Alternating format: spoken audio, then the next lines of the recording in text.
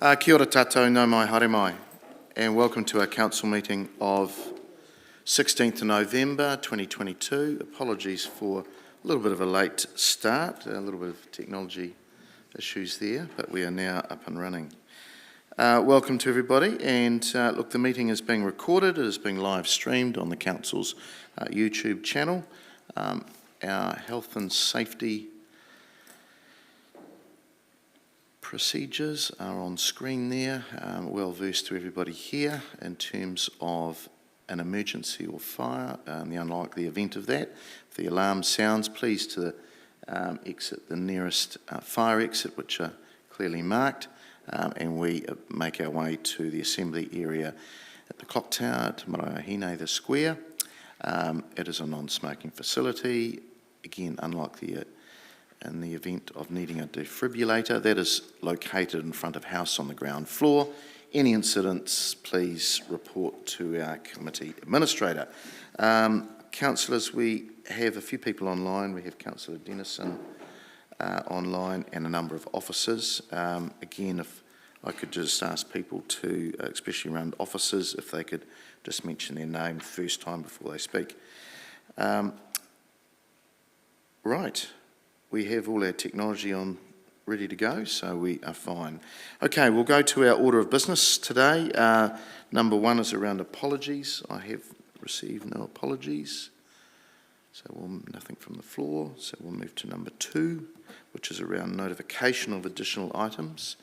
And there actually is one there. It's around the appointment of council representatives to the LGNZ Zone 3 be received. And the reason for the lateness is around the closeness of the date of the meeting and preparations. It just fell into being overlooked in the new term structure in terms of timing. And the reason for that urgency is to ensure that we have representation at that meeting in a week's time for council. Right, I'll look to move that. Seconded by the Deputy Mayor, thank you. Any comments, questions? There being none, we will vote, please.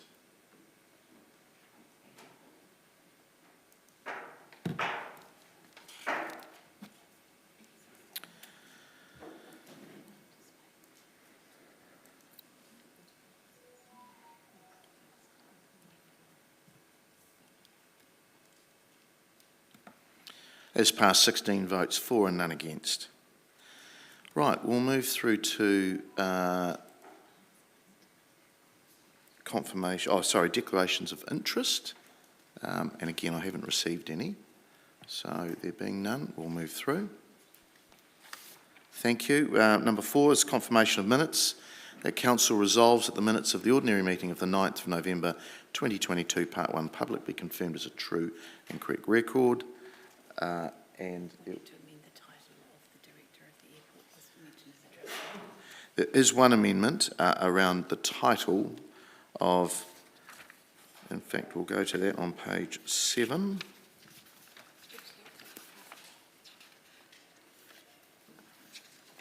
And one of our officers has picked up that the title of page 9, Shelley Mitchell-Jenkins is a Director, not a Trustee. It's just a typo there. So look, I'm quite happy to move those, seconded by the Deputy Mayor. Are there any other matters arising? There being none, we will vote, please.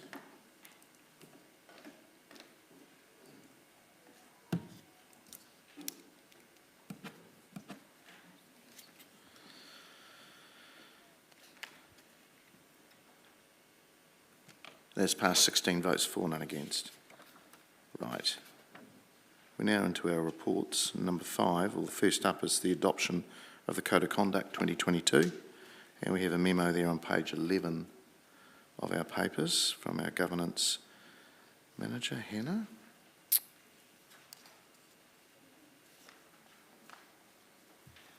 And over to you, Hannah. Thank you, Mr Mayor. I've asked Sarah Claridge to join us as she was deeply involved in the review of this in the previous term. Te Māria koutou. So the Code of Conduct is before you this morning. You'll remember this was deferred for lack of time at our last council meeting.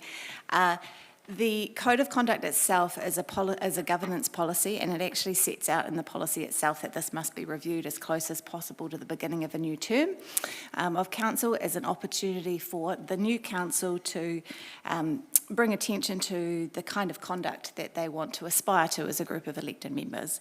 The Local Government Act requires you to have a Code of Conduct, and that Code of Conduct remains in place. If you want to amend it at any point or review it in its entirety and adopt it in its entirety, it requires a 75% majority to do that. The Local Government Act sets out what must be in a Code of Conduct as a minimum. So those are, it must list the conduct expected towards one another, towards staff and towards the public. It also must set out what you're to do with your disclosure of information and the expectations around that. And it also requires a general explanation of the Local Government Official Information and Meetings Act and any other relevant legislation. The Act requires members to comply with the code that has been adopted by that council, and it sets out that when you do review the code, there is one thing that you must consider, and that's whether a member is required to declare any bankruptcy. So the current Palmerston North Code and the code before you in attachment 2 does require that. It's set out in section 9. Returning members will be aware that this code was reviewed quite recently, and it was agreed in September this year. At that time, a social media and media protocols was attached as a separate document to give guidance to members.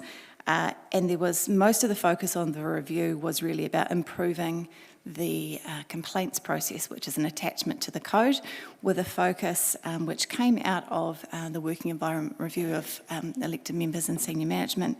The focus was to improve the independence of the complaints process, making sure that there was appropriate support for the complainant in consideration of privacy and sensitivity. So that's in Appendix C, not Appendix 6.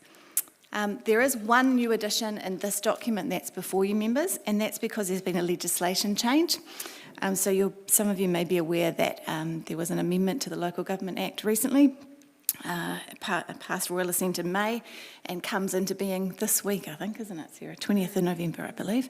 And that's the Local Government Pecuniary Interests Register Amendment Act. So that requires that members' declarations, or a summary of their declarations, be listed publicly in a register on our websites.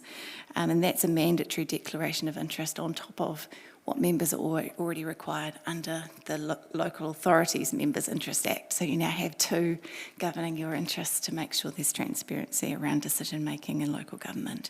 So there will be a separate report that comes to members on what the detail of what that will look like and the procedure and the form that you'll need to fill in. But for now, we're just referencing it. As I said earlier, the LGA expects that any relevant legislation would be listed in our code, so that's why we've included it here. With that summary, happy to take any questions, Mr. Mayor. Thank you. Councillor Barrett. Thank you, Mr. Mayor. Thanks, Hannah. Just checking the covering page and the table of contents both still indicate 7 September. Just want to confirm that would be updated so that it's clear to members of the public that it's this term of council. Absolutely well spotted. Thank you.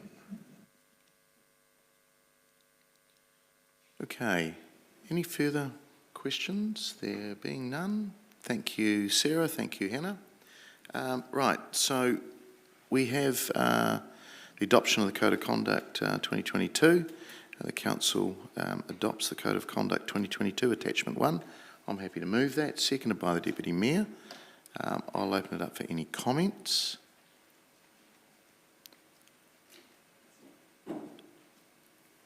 Look, I'll just comment in saying thanks to the officers for the work there in updating it.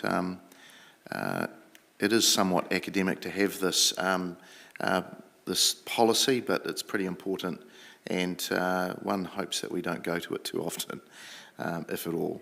But it is in the bottom drawer. It has been in the bottom drawer since I've been in this office, and we hopefully don't have to use it, but it is timely to get it up to date, and again, thanking the officers on that.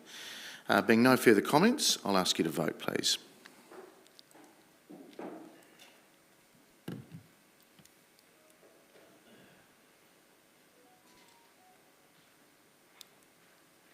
It's passed 16 votes for and none against. Thank you.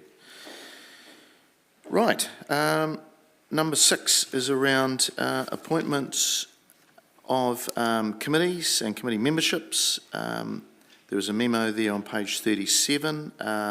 It's from our governance manager, Hannah, but I'll probably speak to it as there was quite a bit to it. Right. It's obviously around establishing the committees, and there's a number of recommendations here, so just bear with me. That council note the chairperson appointments made by myself as the mayor to the committees. That council approves the mayor's recommendation for deputy chairpersons of those committees. That council approves the recommendations for the membership of those committees. The council appoint any elected member with making good decisions accreditation from the Ministry of Environment as a hearings commissioner, and that council approve the following changes to the delegation manual of 2017. It's removing part 2, the terms of reference section on the delegations manual, pages 41 to 47, and we remove the following from the delegations to committees on pages 14 to 20, and that's around clauses aligning to the Community Development Committee, clauses to the Finance and Audit Committee, and clauses to the Planning and Strategy Committee, as well as the clause around the Manawatu District and Palmerston City Joint Strategic Planning Committee. We also look to add council and committees, the structure, the terms of reference and delegation in Appendix 1. We remove the delegations to subordinate decision-making bodies, clauses 186 to 188, and that's on page 21. We add delegations to quasi-judicial and subordinate decision-making bodies in attachment 2, and we remove clauses 178 and 179 on the hearings committee. We agree to changes to clauses 194 to 200, which is around delegations to and assessment of commissioners, attachment 3, and that council approved 2 independent members to the Risk and Assurance Committee, that Mr. Steve Armstrong be appointed chair, and that a recruitment process be undertaken to fill the vacancy for one other appointed member.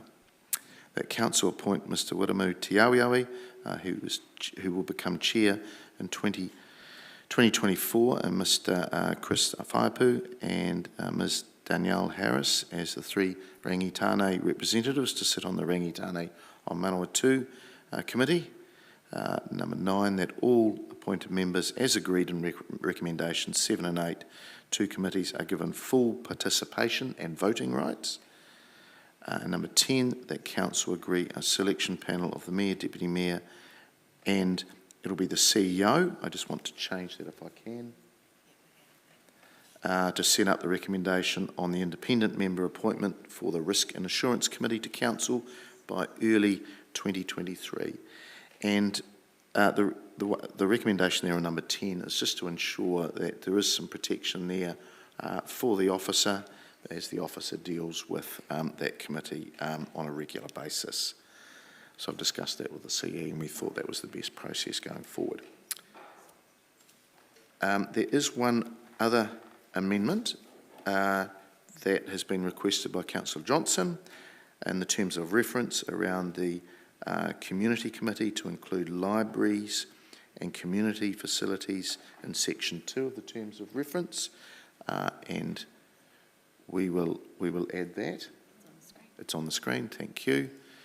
And from myself is to add the words subsequent annual budgets following the phrase long-term plan in the terms of reference for Council Strategy and Finance Committee and the Risk and Assurance Committee. and replacing the words investment strategy with infrastructure strategy in the council terms of reference. And finally, adding the word arena following Central Energy Trust in the Culture and Sport Committee terms of reference. And there's one more. 6C, add council and committee structure terms of reference in delegations Appendix 1, subject to the following: to adjust the quorum for council to 8, for culture and sport to 6, and for strategy and finance to 6, and for risk and assurance to 6. So we're just making sure we've done the math properly there. And I think there was a number of people who had picked up on that last night. Okay. All right. So look, I'm happy to take any questions on that before we move that, but I'll go to you first, Councillor Johnson. Thanks, Mr. Mayor. I've got 3 questions. One is around 6B1, which is removing the delegation to committee, clause 171, Community Development Committee. So when I looked that up, that's the requirement for the Community Development Committee to approve the Palmerston North Community Services Council small grants allocation. So can you just explain the rationale around the removal of that delegation?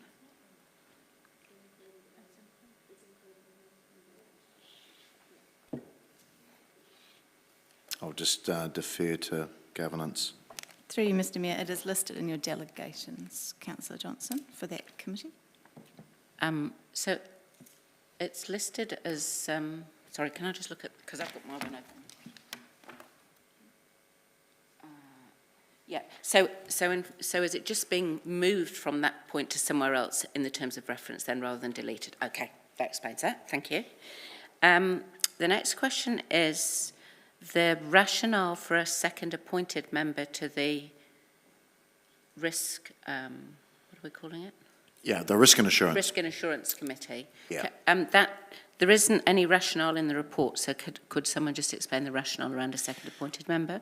Okay, well, I'll start. We are, in my opinion, exposed and a little bit vulnerable in this committee with experience around risk and assurance, and best practice around New Zealand is there is at least 2 members, and it's something that Local Government New Zealand, but also Audit have been knocking on our door suggesting this would be a good thing to do, and maybe I get the officers to add to that. Certainly. The Local Government Act allows you to appoint appointed members for the purpose of bringing knowledge and skills to the table. So ultimately, by appointing external independent members, you're saying we would like more skill brought to the table in this space. So that's number one. Number two, Mr. Mayor referred to good practice around the country. Auckland, Christchurch, Wellington, Hamilton, Dunedin, Hastings, Rotorua, Whakatane and Queenstown Lakes all have both independent chairs and independent members, and some of those have multiple independent members. There are some councils that have 4 independent members on their audit and risk committees, so this is quite normal practice to do this. And the other piece is not only the skills and knowledge, but it's just that extra degree of independence that an appointed member might bring to the table. Thank you. And the last question's around the changes to the delegations for hearing commissioners as a result of the non-establishment of a hearings committee. And I wondered if we could just have an opinion from legal counsel as to whether that puts us in any difficulty. Thank you. I think we have legal counsel online. Yep.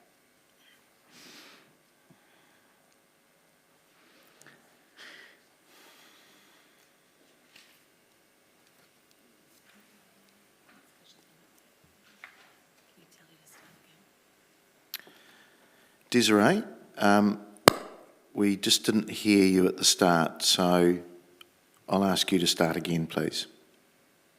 Apologies. Further to our brief chat last week, Councillor Johnson, this isn't a risk for us.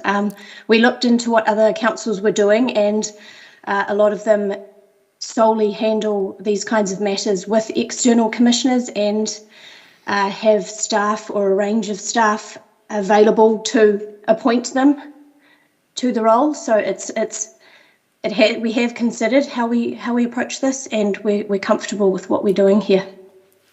Okay, thank you for that answer, Mr Mayor. Thank you. Councillor Bowen. Sorry, Mr Mayor, my questions are about the external appointments and Councillor Johnson has covered that. Councillor Fitzgerald. Thank you, Mr Mayor. Just a couple of points for clarity, questions. Hannah, could you please just clarify 5.8 in reference to the inaugural Te Puao Māori Ward councillors of the 2022-25 term, although of Rangitane descent, do not represent the voice of our iwi partner. I'm just asking for the last piece of that sentence, do not represent the voice of our iwi partner, given that I am iwi. Kia ora. I appreciate that question, Councillor Fitzgerald, and I did expect it. I feel that I don't have the qualification to answer it well, but I'll do my best. So when we first, as a council, discussed introducing Māori wards, we spoke to our partners, Rangitane o Manawatu, about whether they would like to have Māori wards or not. And the answer that came back was yes, absolutely, and we would like that those ward councillors represent Hapori Māori, so the wider Māori constituency of the city and the many iwi from all corners of the motu that have come to live in Palmerston North. However, at that time, Rangitane were very clear to us as officers and also to other elected members in the room that they themselves as elders wish to retain their voice as Rangitane and as representatives at the decision-making table at committee while the Te Puao councillors sat at council. Having said that, you and every other member at this table bring your life experience to your decision making, and you bring your whakapapa to your decision making.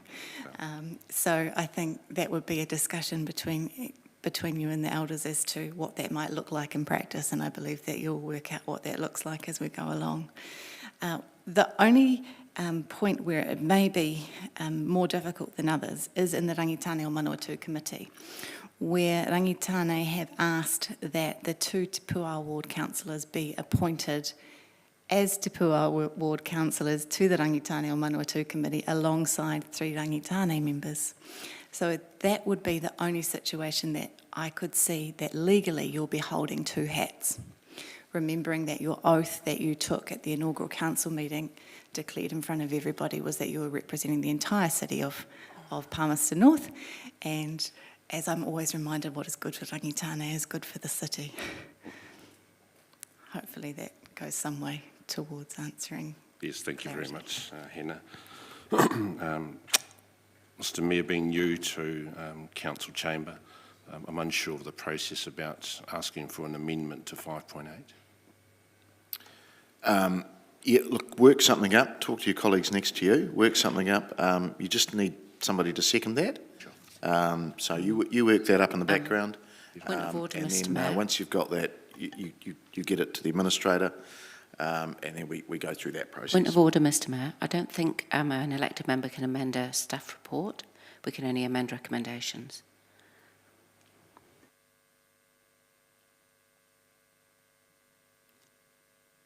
Would you allow me to give you some process advice, Mr Mayor? Yep.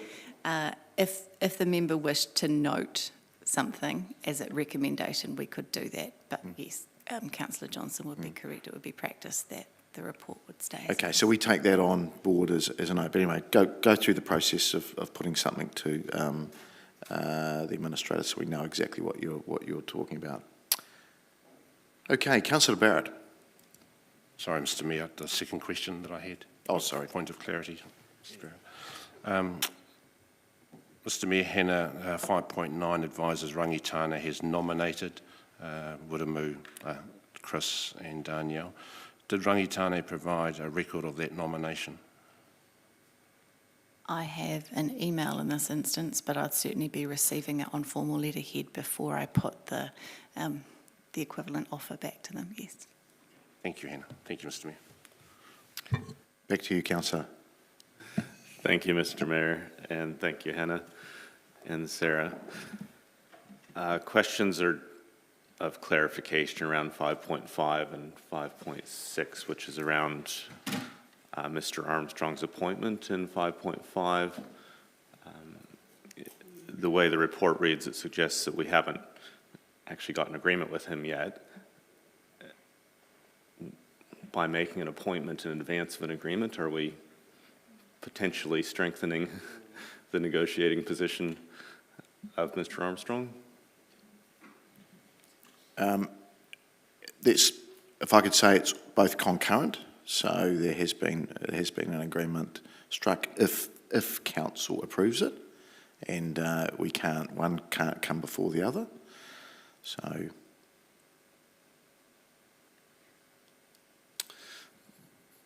Thank you. My second question there is around 5.6, where we talk about recruitment of the additional member. It doesn't explicitly reference Mr. Armstrong being included or consulted during that recruitment process. Would he be as chair?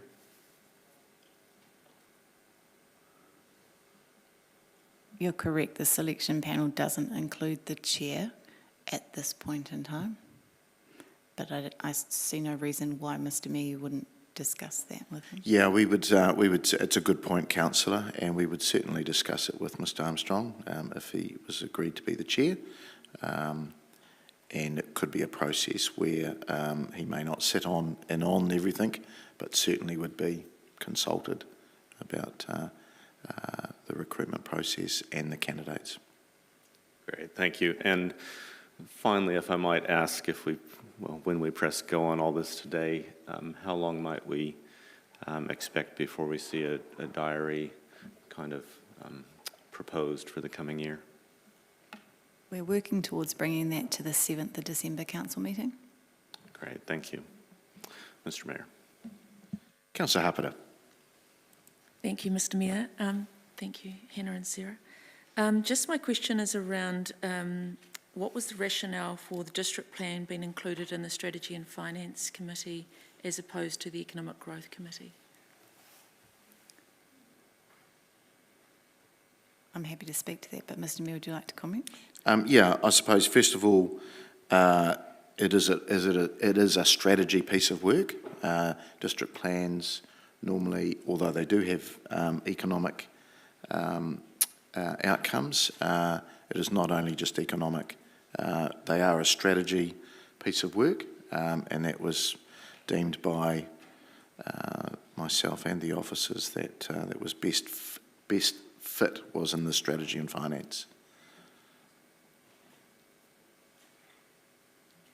Okay.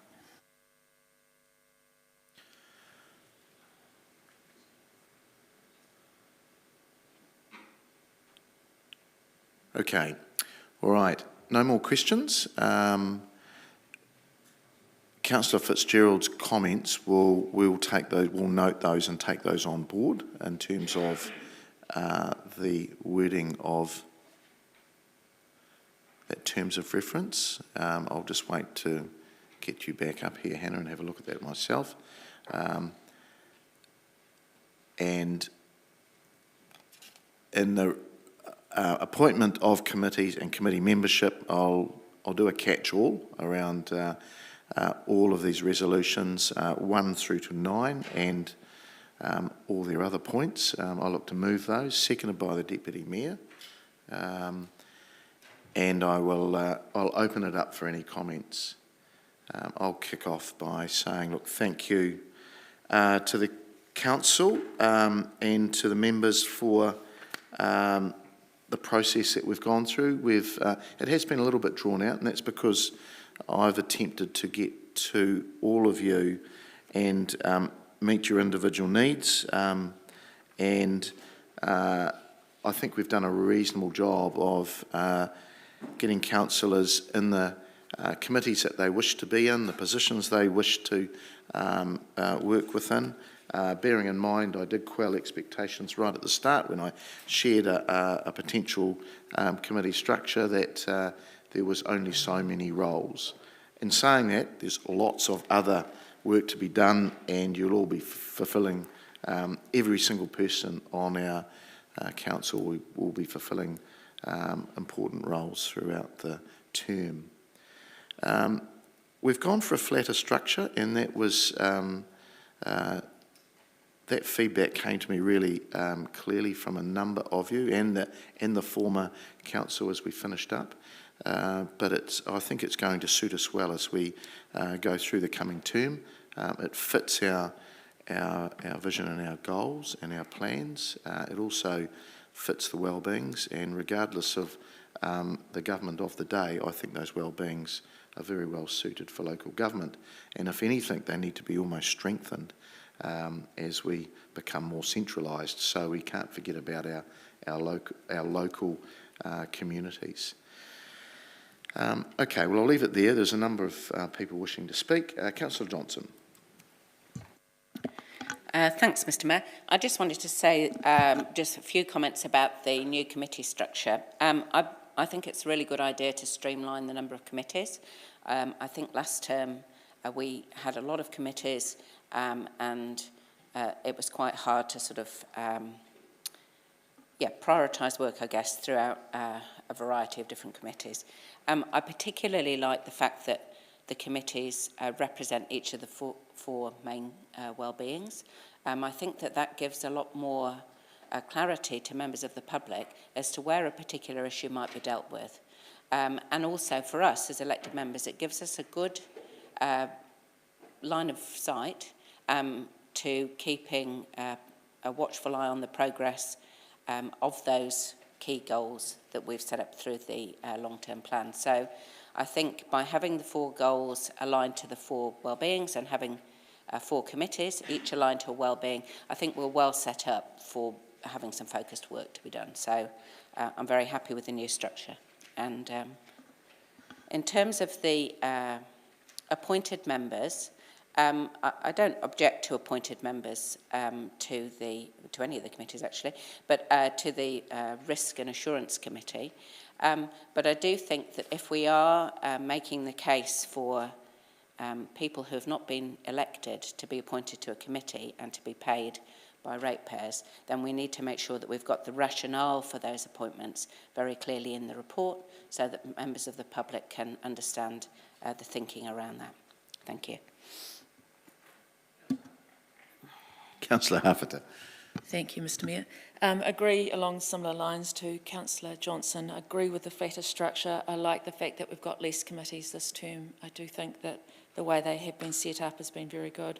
My one comment is that I did feel that the district plan should be under economic growth because there is a lot of discussion in that committee about housing, and I do feel that that's where the district plans should sit, but I've now got myself over it, and just hope that we can all work together in this committee structure going forward. So thank you very much. Councillor Bowen. Thank you, Mr Mayor, and echo colleagues' comments about the proposed structure. I think that will serve us well in this term and hopefully addresses some of those administrative and timetabling issues that we ran hard up against in the last triennium. I wanted to speak particularly about the issue that was raised through questions by colleagues about appointed members. And I have to say, I'm not feeling convinced about a second appointed member to that Risk and Assurance Committee.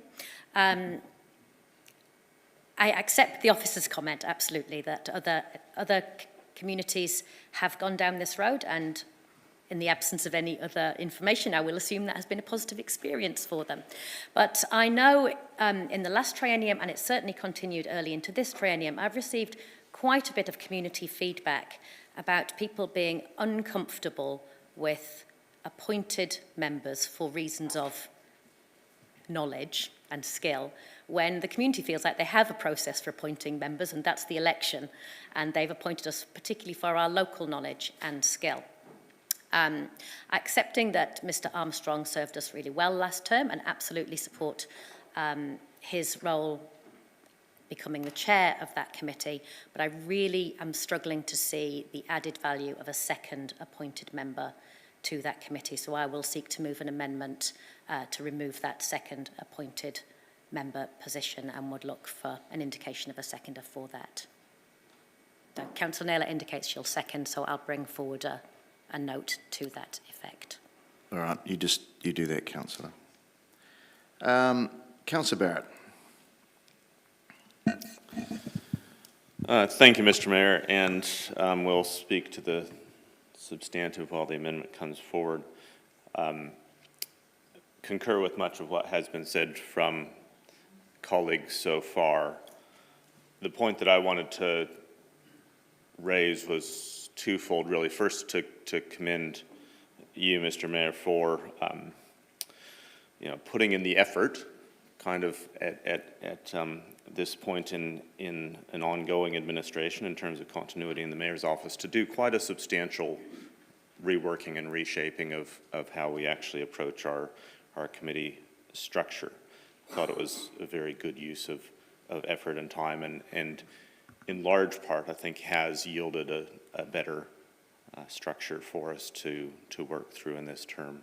So appreciate that greatly. Also wanted to express appreciation to everyone who's been involved, no doubt officers as well as others, around the strengthening and clarification of the terms of reference. So if you did a compare the 2019 versus what we've got now in 2022, I think we as elected members, and I think the community looking into those committees and their terms of reference, will have much more clarity and much more comfort around what is happening in those committee spaces. So really wanted to express appreciation around that and look forward to hearing the further discussion and debate around the proposed amendments.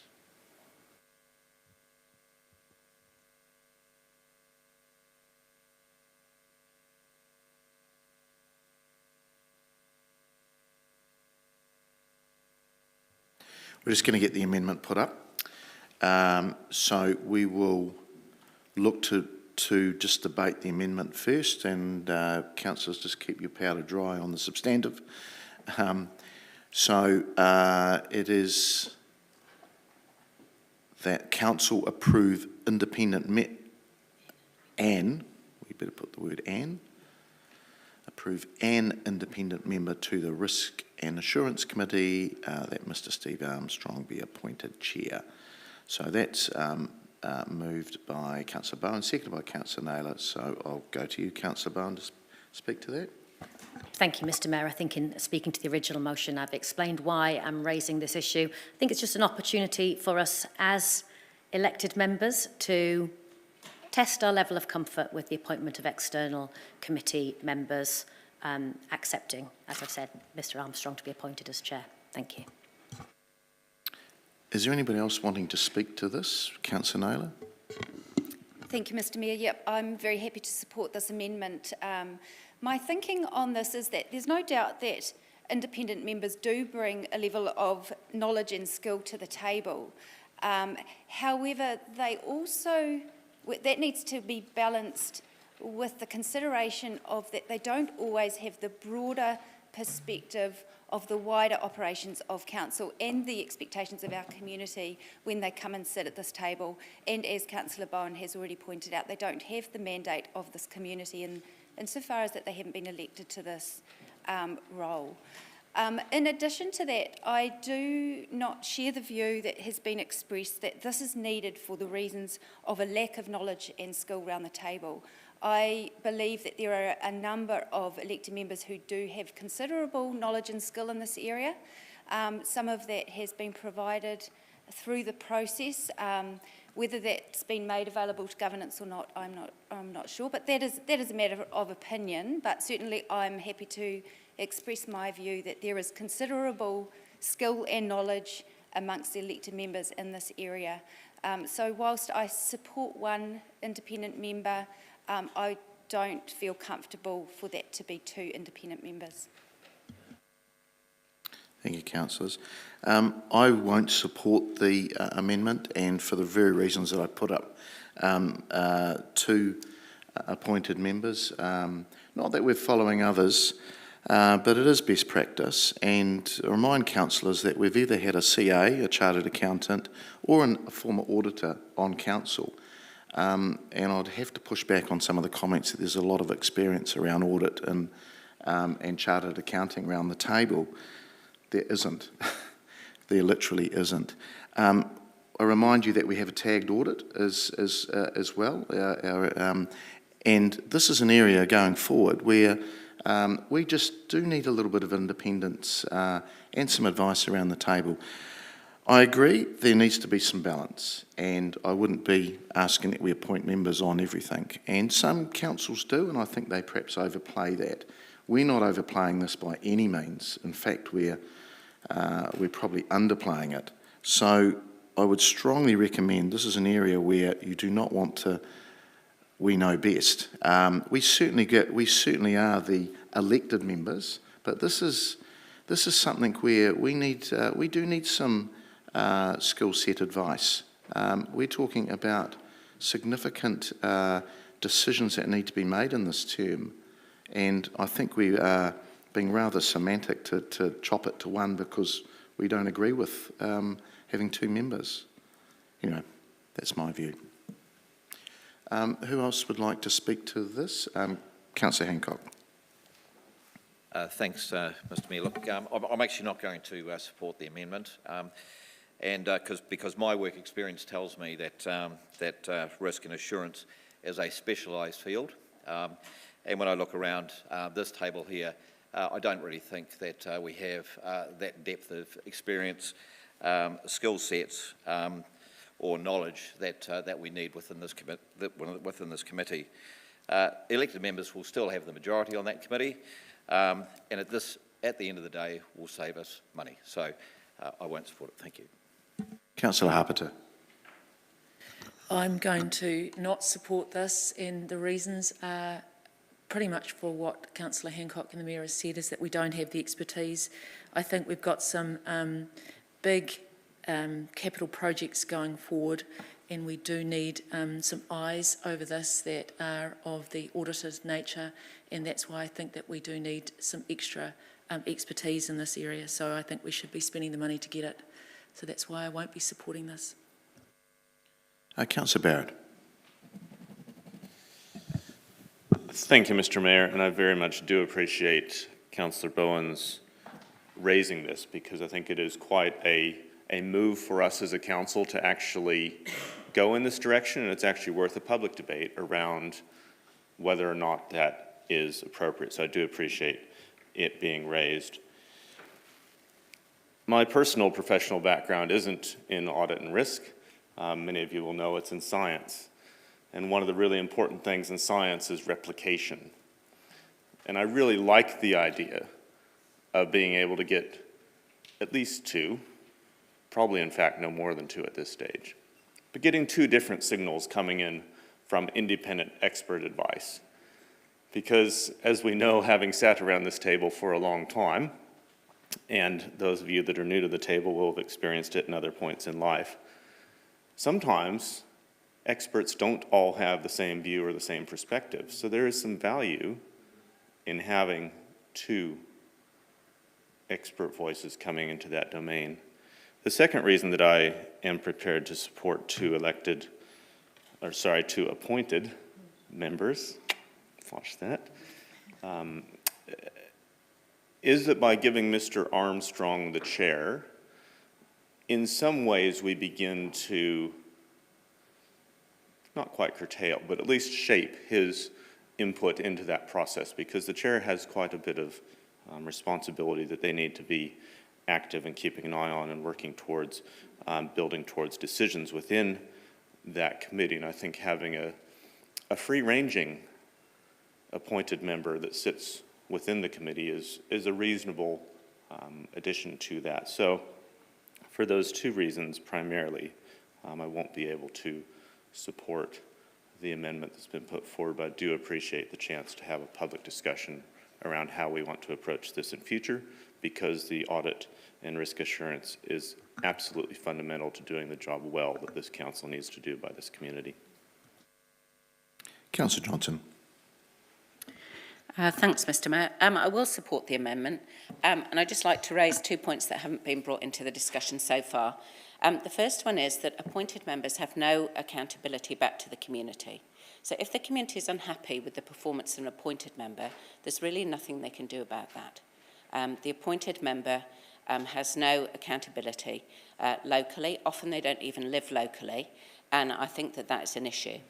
The second point is that appointed members naturally have to be paid, and so by appointing a second person to this committee, we're actually, as we'll see further on, going to incur some extra unbudgeted expense.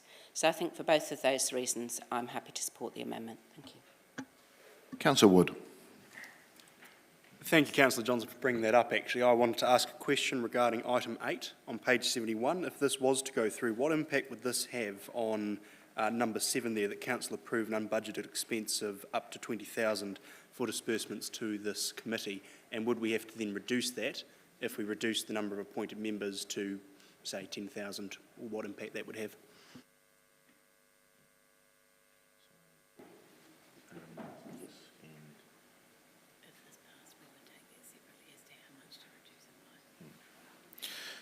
Answer to your question is yes, and we would do that separately if this amendment did pass.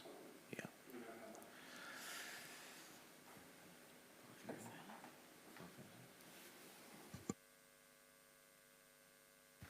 Approximately 5,000. Thank you, Mr Mayor. Is there anybody else wishing to speak to this? All right. Oh. Okay. Okay, back to you, Councillor Bowen, for a right of reply. Thank you, Mr Mayor, and thank you, colleagues, for taking that in the spirit which it was meant, which was to trigger, I think, an important debate when we take a step that changes our practice or continues the change of practice in a certain direction. I think some really good points made in debate by members, and I particularly found value in Councillor Barrett's point about the 2 expert voices. Although I have to say, I'm not going to sway my vote on that, but I do appreciate when we bring those points into debate. I think appointing Mr Armstrong and his previous appointment gives us the skill and knowledge that we're hoping to bring into the chamber. I think the Mayor's right to reflect that we need to strengthen that there. Mr Armstrong will bring that to us. Whether there be additional value in a second expert voice, I remain to be convinced on that. There's been a couple of views expressed about the cost of this. Councillor Hancock suggests it will save us money, and the proof of that pudding will be in the eating. Councillor Harpeter recognises that it will cost us money in the actual process itself, and that point was echoed by Councillor Johnson. There is certainly an upfront cost to taking this particular step, which I absolutely support Councillor Hancock's hope that it may in future save us money, but I remain to be convinced of that. I think for me, the important part and the community feedback that I received that triggered me raising this issue is that issue of local accountability. We're all elected by our community, we're accountable to them, day by day, email by email, and eventually through the ballot box. And our appointed members simply don't have that level of accountability to us, to the Mayor, to our community. And for that reason, I think one will do us just fine. Thank you. All right, councillors, we will vote on the amendment only.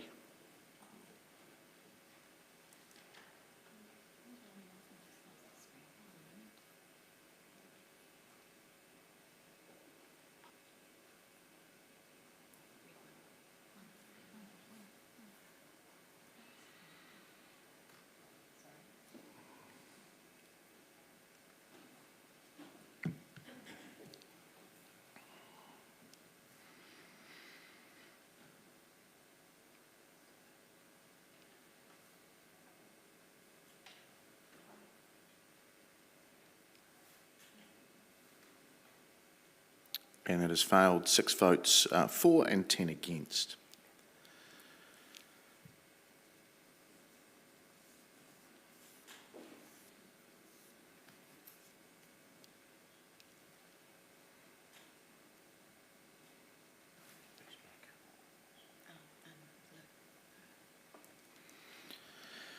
Okay.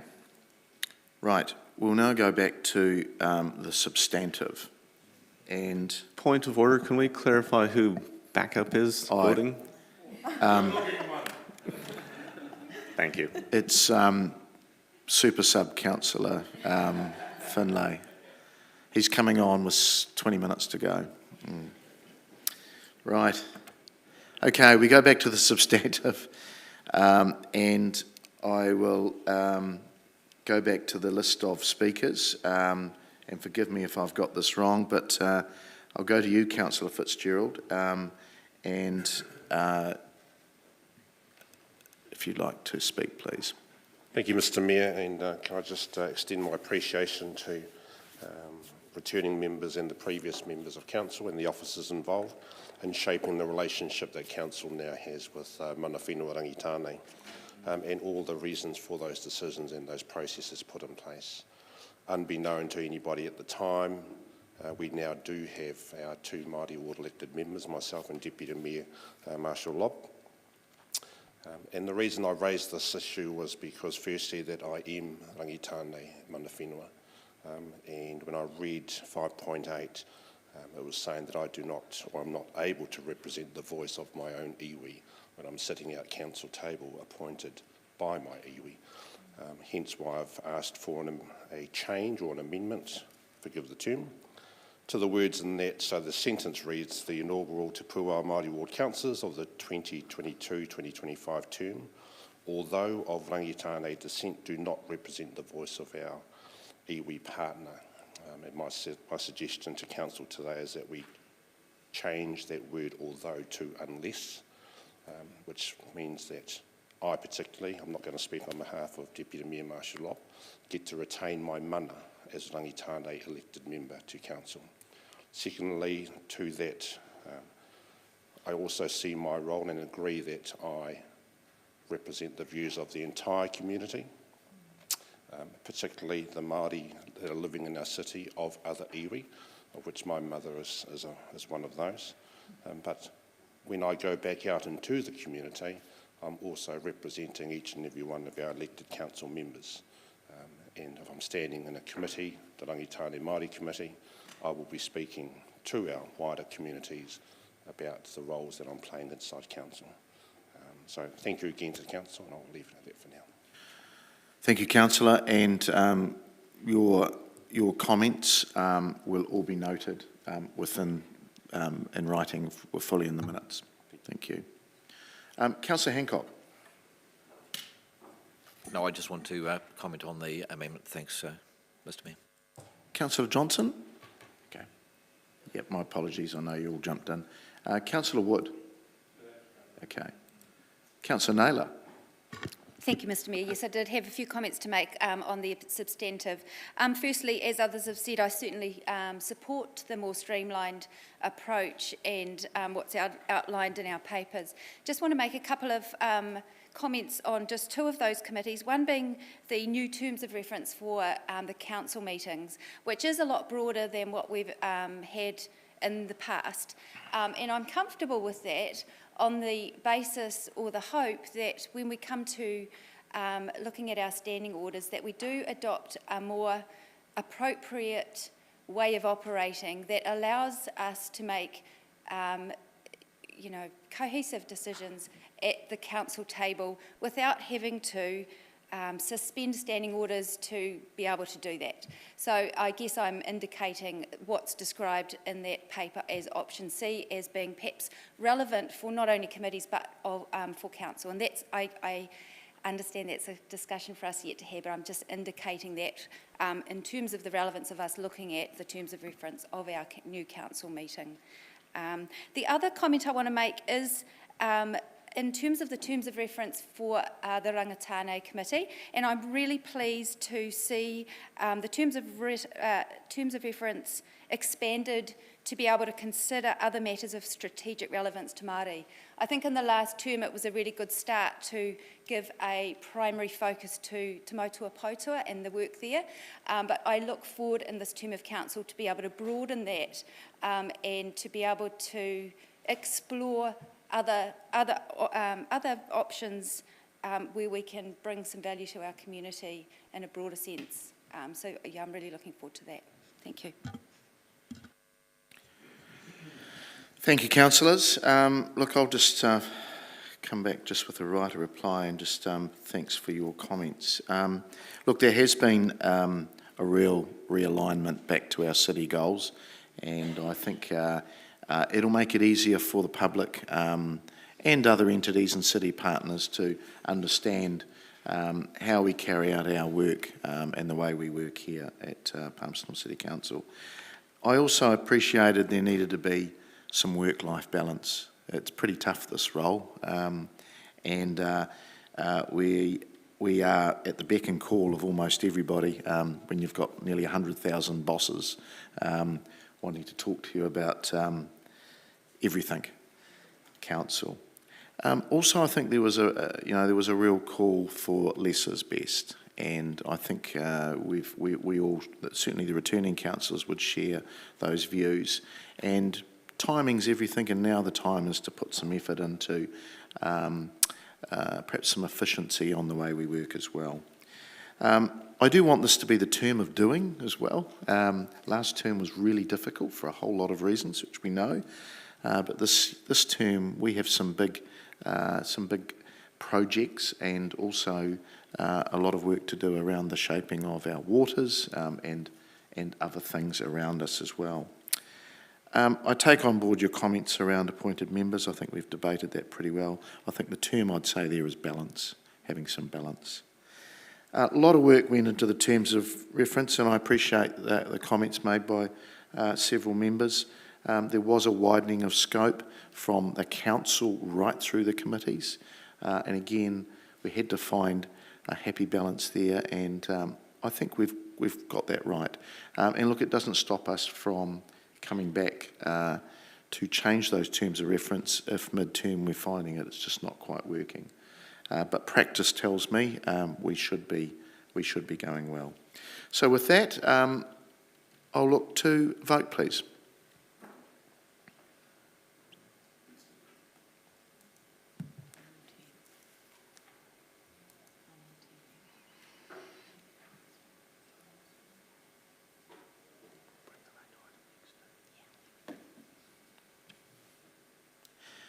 That's passed 16 votes for, none against. Thank you. Right, before we break, we will look to move that late item.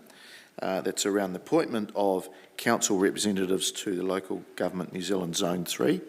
And it's around resolving that council approves the Mayor's recommendations for the appointments of council delegates to LGNZ Zone 3, being the Mayor, Councillors Bowen, Hancock, Mickelard, Naylor and Wood. Council, we have the meeting coming forward, and as I said, to have some sort of representation there, and I think starting the new term's really important, and it would be great to have a full contingent to go to the first meeting, which is next week in Whanganui. So I'll open it up for any questions. Councillor Bowen. Thank you, Mr Mayor. I suppose we're addressing our questions to you in this. This is a change of approach again for us in having a pool rather than specific appointments. So I just wanted to check what the feedback from Local Government New Zealand was on that as an approach. Sorry, can you repeat that? The change to having a pool rather than specific appointments. How on board are LGNZ with that? Is that common across the Motu? Or? No, it isn't really common, but in saying that, when we have zone here, we're always allowed to invite the whole council. So that tells me there's a precedent already set. And we have hosted it at different times, and there has either been an invite to all of council or you come to some of it, and we've taken that up. Okay, and my second question was just in terms of practicality. I see the Deputy Mayor isn't listed specifically, but I wondered if we needed to do that in case the Deputy Mayor needed to deputise for you at LGNZ.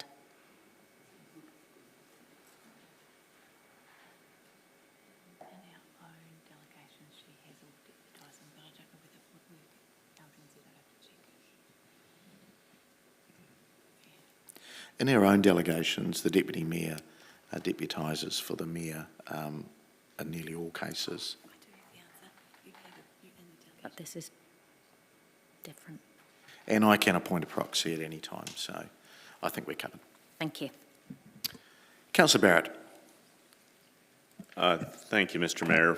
Just wanted to understand, there's, as I understand it, quite a raft of external appointments that we end up making. I was just trying to understand kind of where the raft sits versus this and when that kind of wider set of is coming through. So we have to, because we have a lot of external partners in some of those there, and there has been a change to some of the terms of reference. The staff are checking those individual terms of reference, and with those external partners, we're through that process. Yeah, we will make that. We will make those appointments before our last meeting. So that will come to council as well. It's just this has been broken. This has just been broken out because this happens next week. Great, thank you. All right. I'm going to look to move that, seconded by the Deputy Mayor. I'll open it up for any further comments. There being none, we will vote, please.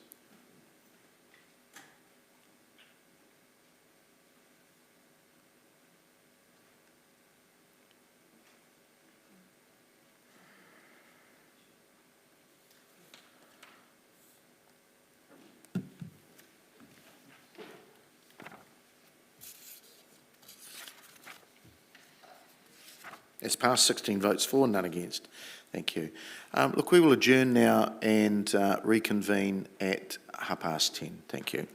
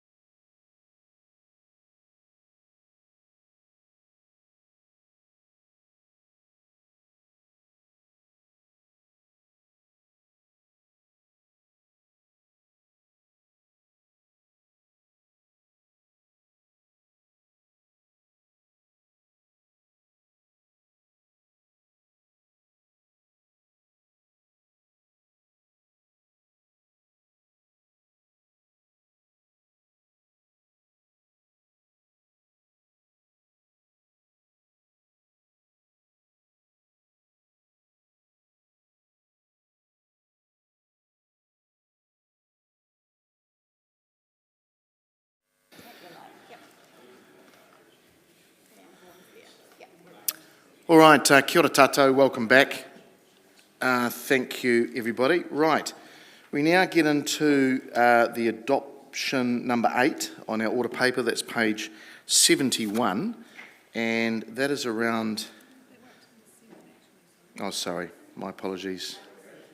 Item 7 is the delegation to individual members, and this is a memo on page 65 from our governance manager, Hannah, and over to you.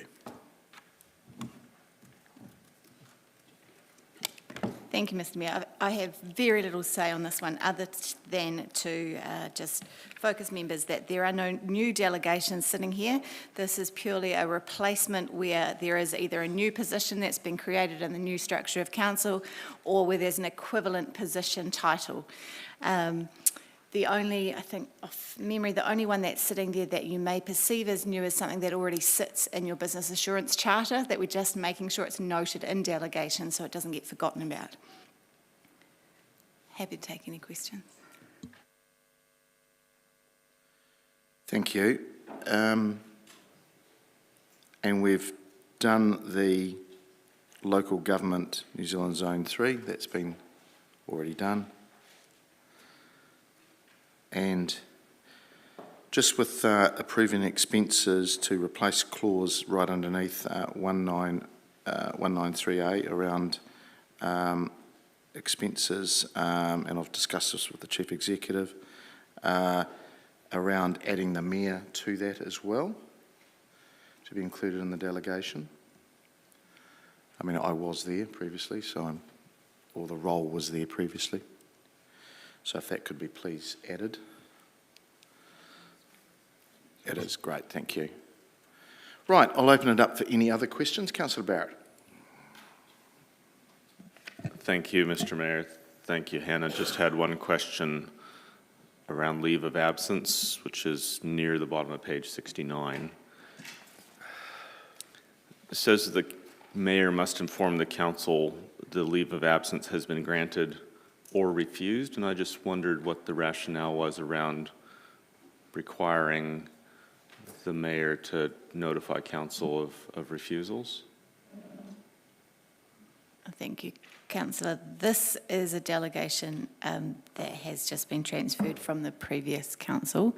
My understanding is that it was put in place, it was actually a change to practice at the time, where in previous times members had to bring their leave of absence request to council itself, and there were privacy issues associated around that.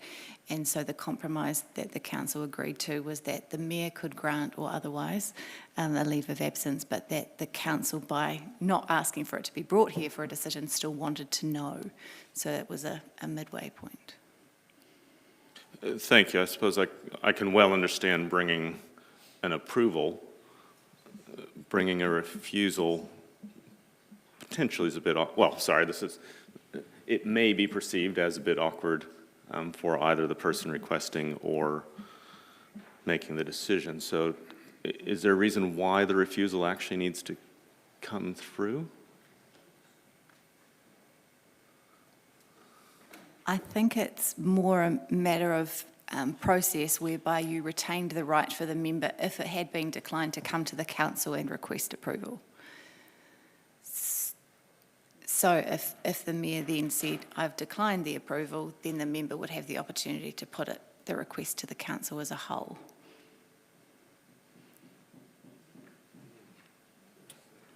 Okay. Thank you. Mr. Mayor. Councillor Naylor. Thank you. My question also relates to the leave of absence, and I'm just wondering if leave of absence is defined anywhere.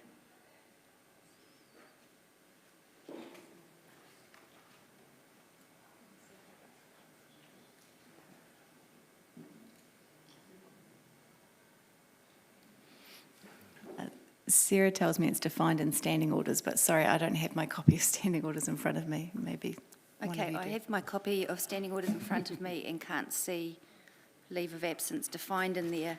And do recall being on the working group in the last term when we looked at standing orders, and we did have a discussion about what the difference was between leave of absence and putting in an apology, and it's unclear to me what the difference is of getting a leave of absence versus putting apologies in for a number of meetings for a period of time.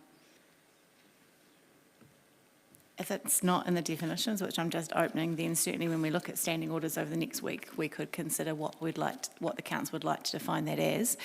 Noting the background to that is in the Local Government Act, members are required to attend 1 in 4 meetings of the authority, assuming the authority being council. So potentially you could be absent for 3 without requiring a leave of absence. So there is a minimal definition there in the Act already. Thank you. Councillor Hancock. Oh, sorry, Sarah. Sorry, just to follow on from that, I guess the purpose of a leave of absence is that you only have to request for it once, as opposed to, having to request an apology every time. So if you were planning on being away for 2 or 3 months, it makes sense to only have to make 1 request as opposed to multiple. Councillor Hancock. Yeah, thanks, Mr. Mayor. I think we're nearly there, actually, just in terms of the leave of absence question. But and I do recall the conversations about this previously, and I suppose I'm just asking for confirmation without putting words in your mouth. But is this really about sort of making sure that elected members have some accountability and there is some transparency in terms of the conduct of council? Yes. Councillor, I think you knew the answer to that already, but anyway. Right. We have the resolutions here, and for those online, delegations to individual members, that we resolve that council approves clauses listed in the specific role delegations to individual member positions, attachment 1, to replace listed clauses from the Delegations Manual 2017 sections, delegations to mayor, councillors and other committee members, and document signing and affixing of the common seal, with the following addition, that the mayor be included in the delegation to agree the chief executive's expenses. I'm happy to move that, seconded by the deputy mayor. I'll open it up for any comments. Just would like to thank the officers for going through that, and also my colleagues for comments. There being no further discussion, we will vote, please.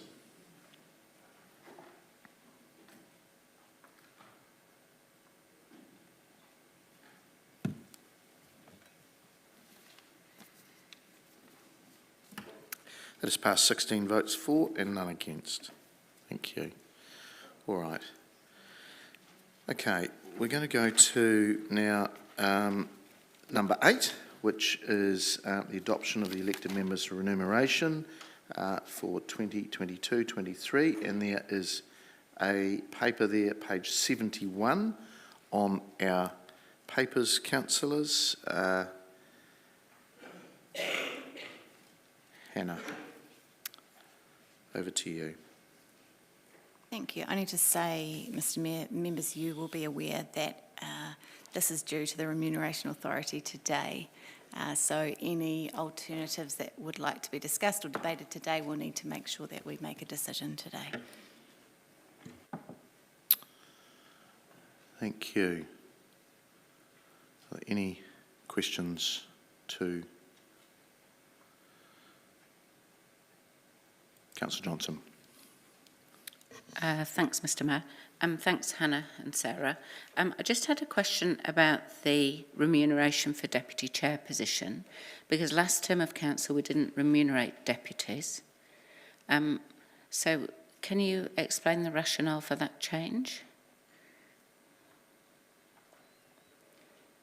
The summary in this paper is from the discussion that councillors themselves and elected members themselves had last week, and so we have interpreted what we understood from the workshop into this paper, which part of the discussion at that workshop was what would be the role of the deputy chair if you were having a flatter structure, and so the roles of responsibility have been itemised for you there on page 74. So specifying particular responsibilities of the Deputy Chair and expecting those and therefore remunerating for them would be that rationale.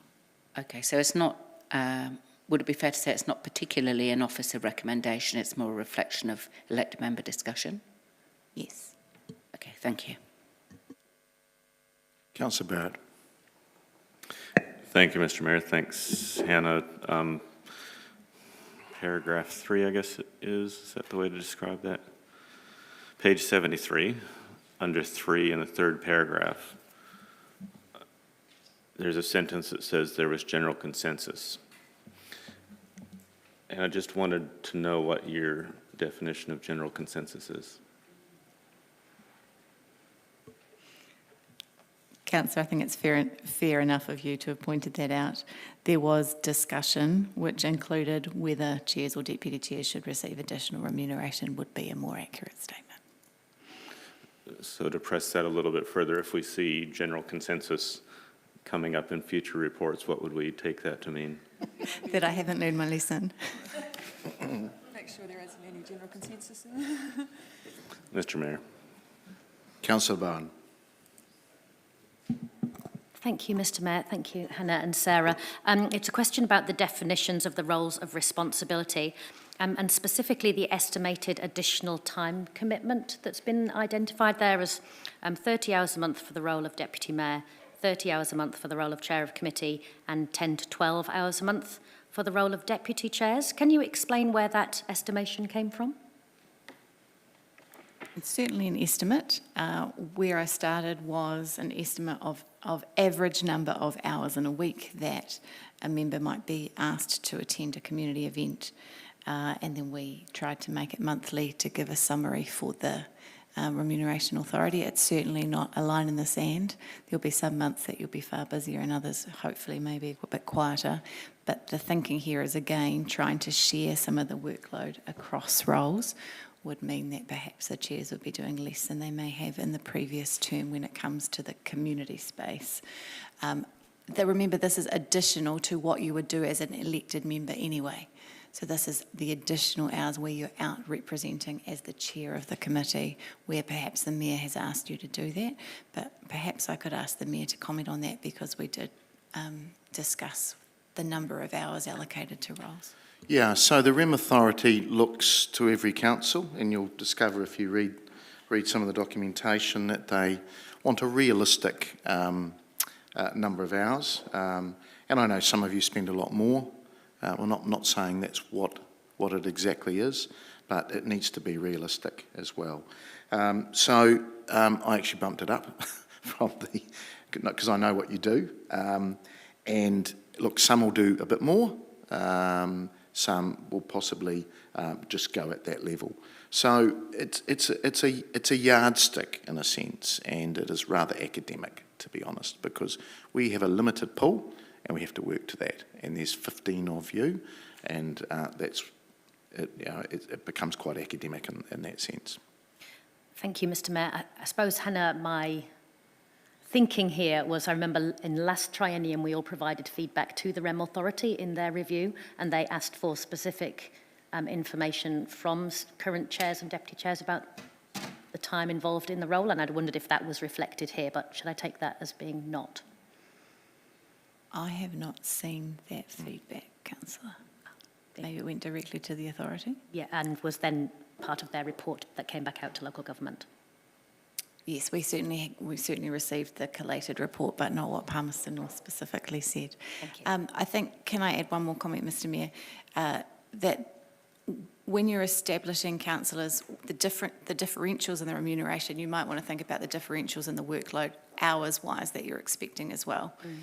So to pull a number out of the air, if you're expecting chairs to do double the work of a deputy chair, then you might want to consider that your remuneration is double. So it's more around the proportionality of that. Thank you. Thank you, Mr. Mayor. Also, it's worth noting, I think, too, that we've got a pool to work with, and that's what it is. One of the REM Authority recommendations to us was perhaps there are too many councillors here as well. So it's up to us to take that on board or not. So, thank you. Are there any more questions? There being none, thank you, Sarah, and thank you, Hannah. So we have the recommendations there. Look, I'm not going to read through them all because I know there's some councillors at the 11th hour have indicated they want to make amendments, but I'll do a catch-all from 1 to 7 that we move these and look to a seconder. Councillor Hancock, thank you. And I'll open it up for comments. And I just want to, look, I know there's amendments coming, so I'll make this towards the substantive. Look, I've taken on board all of your comments and I've run I suppose, a process of trying to get your feedback as much into this as mine. But at the end of the day, as the Mayor and as under the Act, my role is to put something in front of you, and I think I've done that to the best of my ability. I took on board that you wanted to look at the deputies, and I appreciate that we're now gone from 12 to 7 committees. And with that comes some extra workload, and I just saw that actually play out a couple of weekends ago when councillors, and I'll just take an example, but all committees are like this, where the Culture and Sport Committee, one part of the team was at sports events and recreational events, and the other part of the team was at culture events. And actually, that's going to happen all the time, and it's up to you to work out how that's going to play out. But everyone's playing their role, and there is quite a lot more to do. And that was the feedback I got from you, or the majority of you, that you needed to recompense your deputies. Now, I appreciate that some of you have taken a different view at the 11th hour and want to put up some different alternatives, but I'd just say to you, I've listened to you and I've put forward what you asked for. So that's all I can do. And I'll leave it at that. So, amendment-wise, Councillor Johnson? I have emailed the amendment to the administrator. I don't know if we can put it on the screen. And then are you happy for me to speak to it? Yes, please, yeah. Okay. This is an alternative for consideration because I feel that last term we didn't pay deputies, and I don't really understand the rationale for paying deputies this term either. To my mind, the role of the deputy is not substantially more than the role of any other committee member on a committee, in terms of the expectation to read the papers, the expectation to come to the committee prepared, the expectation to attend community events. And I actually would rather see an add to base for everyone than for another layer, if you like, of hierarchy to be put in terms of the remuneration. So basically what this proposal is the approximately $1,800 of remuneration for deputies will be shared throughout every councillor's base, which would add $1,200 to the base for each councillor. So, and I also would support the additional remuneration for a chair position staying at $7,001. Just to remind you that last term, the monthly committee chairs received $6,648. And so this term, with the amalgamation of several committees, I expect that the work of the chairs of those committees will be substantially more. And so the small increase of $350 a year, I think is okay. But it's certainly, I wouldn't like to see the remuneration for the chair position to drop lower than that. And I do believe that there are other proposals suggesting that. So I guess this is a compromise between wanting to make sure that everyone is remunerated fairly for the work that they're doing and understanding that all councillors have a good level of workload. And I don't think that there's a significant differential between the workload of a councillor in a committee and the deputy. So it's a proposal for discussion. Thank you. Councillor, I've just got advice that this needs to be to the dollar and you're $6 out. So can I suggest that you add $6 somewhere? And I've taken the liberty of putting it on the sorry, I bottom. rounded it down. It was 1,240 cents per councillor. So, just put that on the deputy mayor. That's fine. Okay. Thank you. Okay. I won't comment, sorry. Okay, all right, I'll go to Councillor Barton. Thank you, Mr Mayor. I agree with Councillor Johnson's comments. To go back to the example, actually, you used, Mr Mayor, in your opening comments of the very busy weekend. By my count, there were 10 events that weekend, which is beyond my capacity to attend, and I would suggest beyond the capacity of any two members as chair or deputy chair to attend. You're absolutely right when you say with the level of expectation in our community of event attendance, it's going to take all of us, in whatever committee that is, to meet our community expectations. And I think to meet the chair's expectations in our committees of how we connect with our communities. And so that was very much in my thinking in discussions over the last few days, and recognising this does come slightly at the 11th hour, that it felt more fair to me to raise the base rate to reflect that that commitment might be managed by the chair and supported by the deputy chair, but will be given effect to by committee members. I think that's a fair expectation of each other, and it's certainly the expectation of our community that we will be seen in public at events. And that is the bulk of the out-of-hours work. I think we've shown really well in previous terms of council, and a good start to this one, that people attend meetings in the chamber and they come prepared and ready to contribute. That's never been a concern. But the amount of time and expectation for community events continues to be a challenge and will continue to be a challenge, and I think it's fair to see that remunerated appropriately, and lifting the base rate does that. So I'd ask for your support for this. Councillor Naylor. Thank you, Mr Mayor.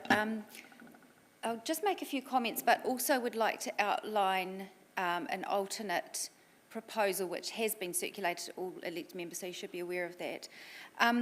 I won't be supporting these amendments. I am generally quite comfortable with the structure that has been proposed in the papers, and believe that that does reflect the general feedback that has been provided through our workshops and directly to the Mayor. In terms of the proposal that I would put, if this one doesn't go through, it's reflective of that structure, but it's a little bit flatter. And I, along with a few others, did express a desire perhaps for a more flat structure, where recognising the workload across all elected members. I certainly support the expectation that's been outlined in the papers on page 73, that the workload across the chair and deputy chair roles will be shared, and I think that's a really good way of operating. In contrast to Councillor Johnson's view that the deputy chair doesn't do anything more than committee members, I would have a strong different view to that, having worked as a deputy chair for the past 3 years. I think as a deputy chair there are additional responsibilities, and actually you have to turn up to every meeting ready to take on the role of chair if that's required. There are discussions and meetings to iron out what potentially could be difficult issues to tackle. There are agenda meetings, there are other meetings with officers, and over my 6 years that has varied from stepping in for half an hour at a meeting because the chair's having a coughing fit, to having to step in for up to 3 months while someone's on maternity leave. So that role is certainly can be quite a significant workload. So I won't be supporting this proposal, which seeks to provide a flatter structure by targeting just one aspect of the structure. What I'm proposing, if this one fails, is a moderating the chair and deputy chair amounts in a way to provide 5,000 and 2,000 to those roles, and recognising that we've got a more streamlined structure that also means that there are just 5 meetings a year for each of those main committees rather than some of the monthly meetings that used to occur. I think what I'm proposing would be fair, and I also think that there should be a differential between chairs and the deputy mayor. I think the role of needing to step into the cover for the mayor may well potentially be significant, particularly with the mayor's national responsibilities. And I think there does need to be a differential. It's only small at the moment in my proposal, but I certainly think that's something that we should consider as an elevated responsibility over and above what chairs take on. So I won't be supporting this, but happy to talk further about the amendments that I would propose, but have also circulated that. Thank you. Councillors, look, I won't support it because I've put up the substantive. It's as simple as that. And I just want to make a couple of comments. This is a flatter system. I don't think I can get it any more flatter than this. And it is on but also taking that work-life balance, it's a rolling 6-week committee schedule. The base rate's been raised. It already has been raised. We're nearly 4,500 has been raised off the base rate. We've gone from 12 committees to 7, and that will determine that there is some more work. There's the same amount of work to be done, but we're just being more efficient and pushing that to 7 committees. That means the deputies will do some more work. And I'll just all committees will be working hard, but again, I'll go to 2 committees. Strategy and Finance, which we've just approved, and Culture and Sport. They've got big workloads. All committees have, but there's an example where there'll need to be some delegation. And I just want to come to that. Some councillors will go to everything. Some councillors will go to what they have a specific interest in. And that's up to councillors to delegate their own time. I appreciate that, there's going to be some that'll go to as I said, to a lot of things, and others that won't. But you just have to work that out between yourselves as committees, certainly as chairs and deputies. And I can't stress enough that all councillors will be asked to do a lot this term, and that's why we did do a flatter structure. That's why we've got more money in the base rate. I do think this is slightly tinkering with the deck chairs, or moving the deck chairs around. So again, I'd prefer that we go with the substantive, and that's my view. Thank you. Councillor Hapeta. Thanks, Mr Mayor. I won't be supporting the amendment. I will be supporting the substantive, and I'm interested in what Councillor Naylor has put up, but I'll wait and see whether or not the substantive gets through first. My rationale is that last term we had a chair that was away at the Tokyo Olympics, and so as a deputy I had to stand in for him for a period of time. And I do think that deputies do need to get acknowledged and do work hard.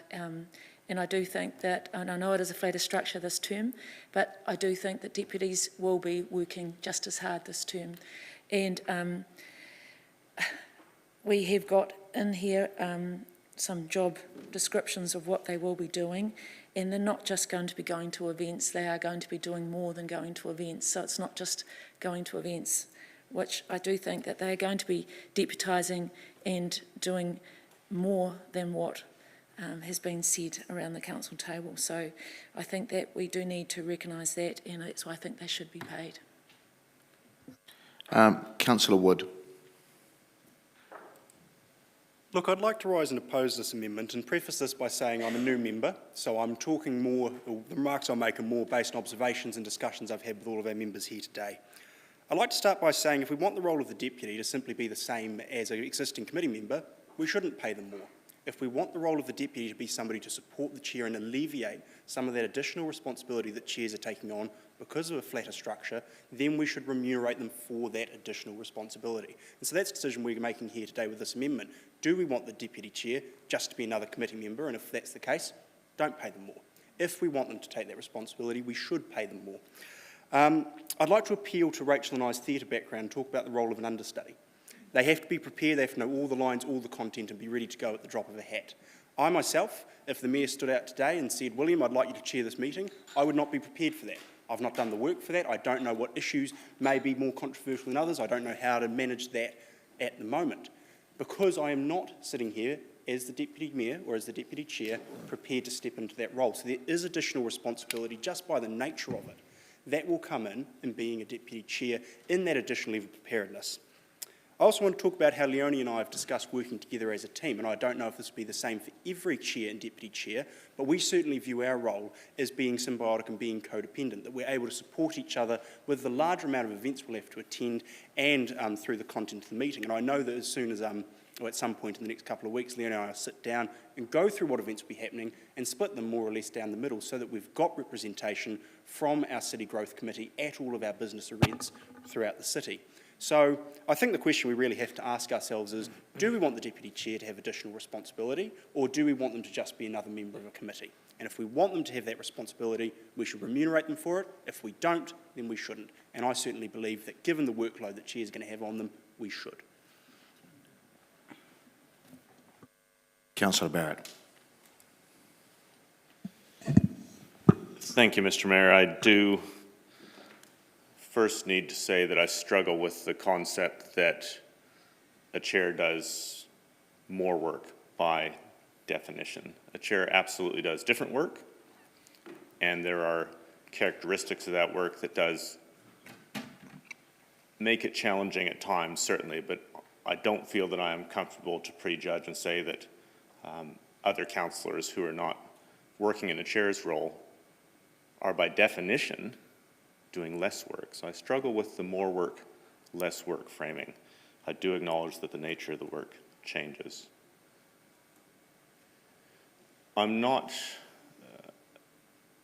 going to be able to support this particular amendment, largely for the reasons that others have articulated well. I think if I get over my perhaps semantic argument that I just made and accept that we are going to elevate chairs' remuneration on the basis of the nature of their work, I think that then needs to be applied in a uniform way to chairs and deputies, and look forward to consideration of other proposals that I hope to see come forward. So I'm not comfortable with what has been put forward here, which basically takes the deputy chairing role off the table.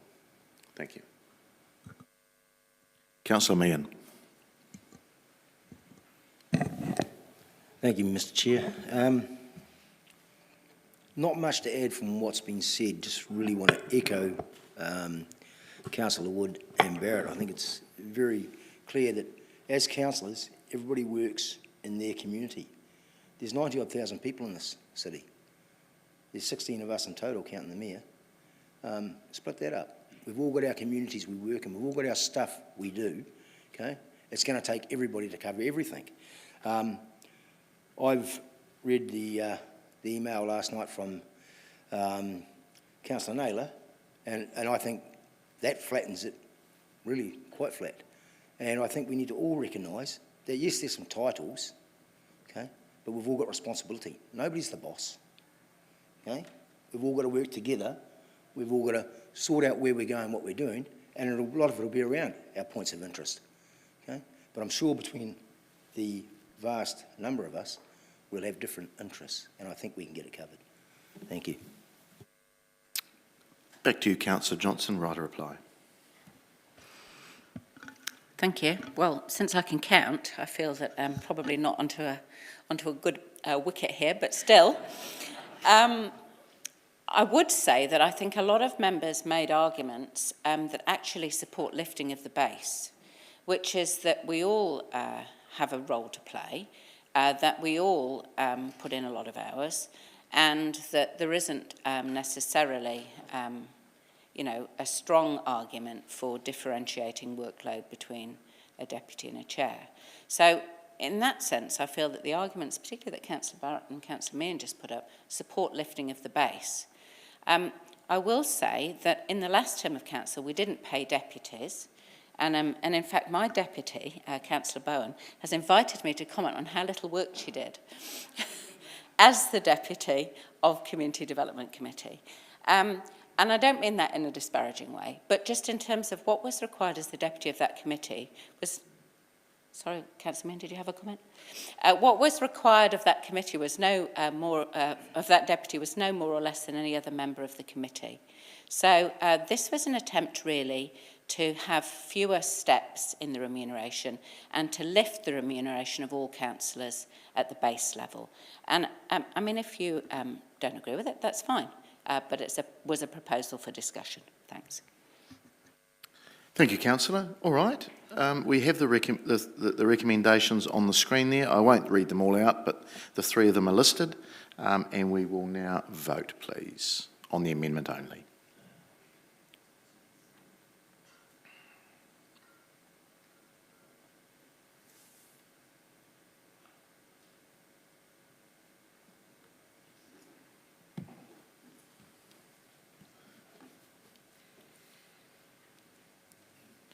And that has failed 4 votes for and 12 against.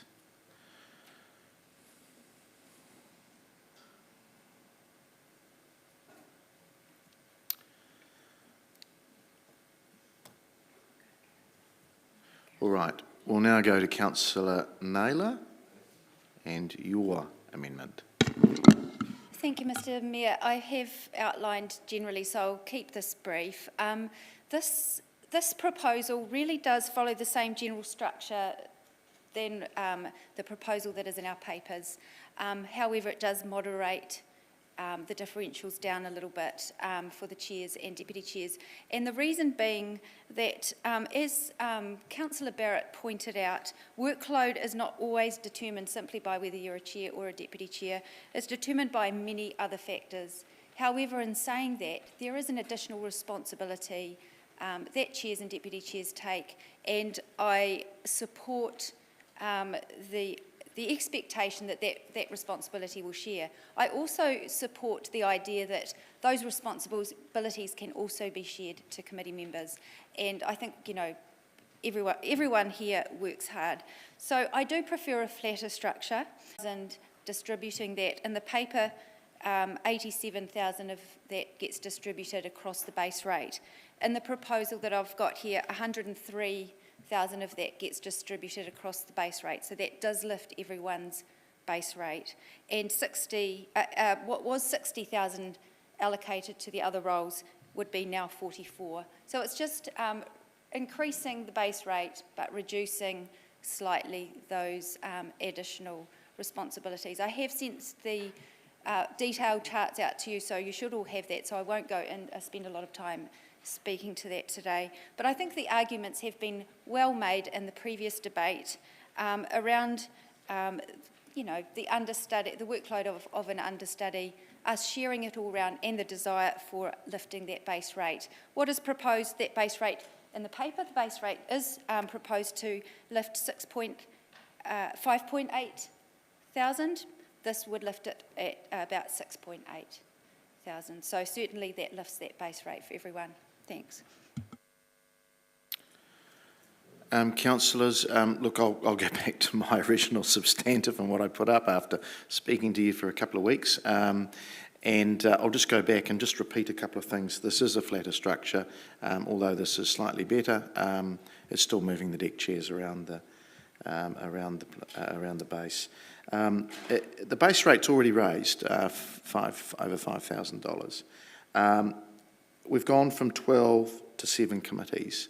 I just want to emphasise that. That's not only for alignment, but also efficiency. But there will be, you know, I'm just thinking the chair and the deputies will be doing some work. I mean, we were talking about what those roles do. some of those committees have got some rather big workloads. So look, I listened to you and I put in front of you what I felt was the fairest option. I'm not going to get really upset if this gets over the line, but I just would like to say I did listen to you, and now we've got all this stuff at the 11th hour, which, you know, I mean, at the end of the day, people have rights and as elected members to put up alternatives, but there was quite a lot of thought that had gone into the original substantive recommendation, so I'd urge you to support that in favour of this amendment, please. Councillor Bowen. Thank you, Mr Mayor. I won't be supporting this amendment. When I compare this with the substantive, my preference is for the substantive.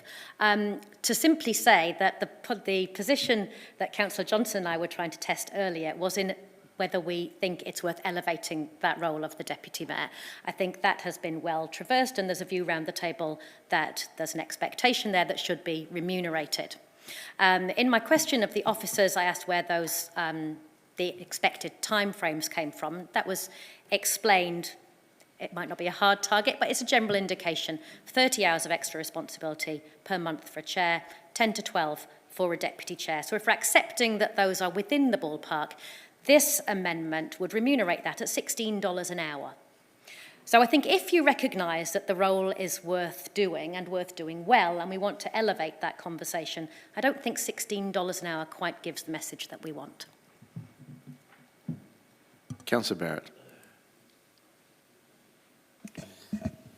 Thank you, Mr Mayor. I'm sure elected members will have taken from my prior comments that my first priority around how we use these funds is to see that we take an approach that raises the base as broadly as possible across elected members. And so now that we're left with, I assume, just the amendment and the substantive, my preference is strongly in favour of the amendment in that it does drive a stronger contribution to base. Made the arguments last time as to why I feel that way, so I won't repeat those, but would urge you to vote in favour of the amendment as a way to reasonably both differentiate and remunerate roles within the new term of council. Councillor Harpiter. I think Councillor Barrett has taken the words out of my mouth. I will be supporting the amendment. I think Councillor Barrett has said it all. I think it's about increasing the base for the rest of the council. Councillor Johnson. So, some very inconsistent positions being taken here, given that the last amendment was the amendment that raised the base by the most. But whatever. In terms of this amendment, the thing that I dislike about this amendment is the reduction to the additional remuneration for the chair position. Because in the last term of council, the additional remuneration for a chair was $6,648.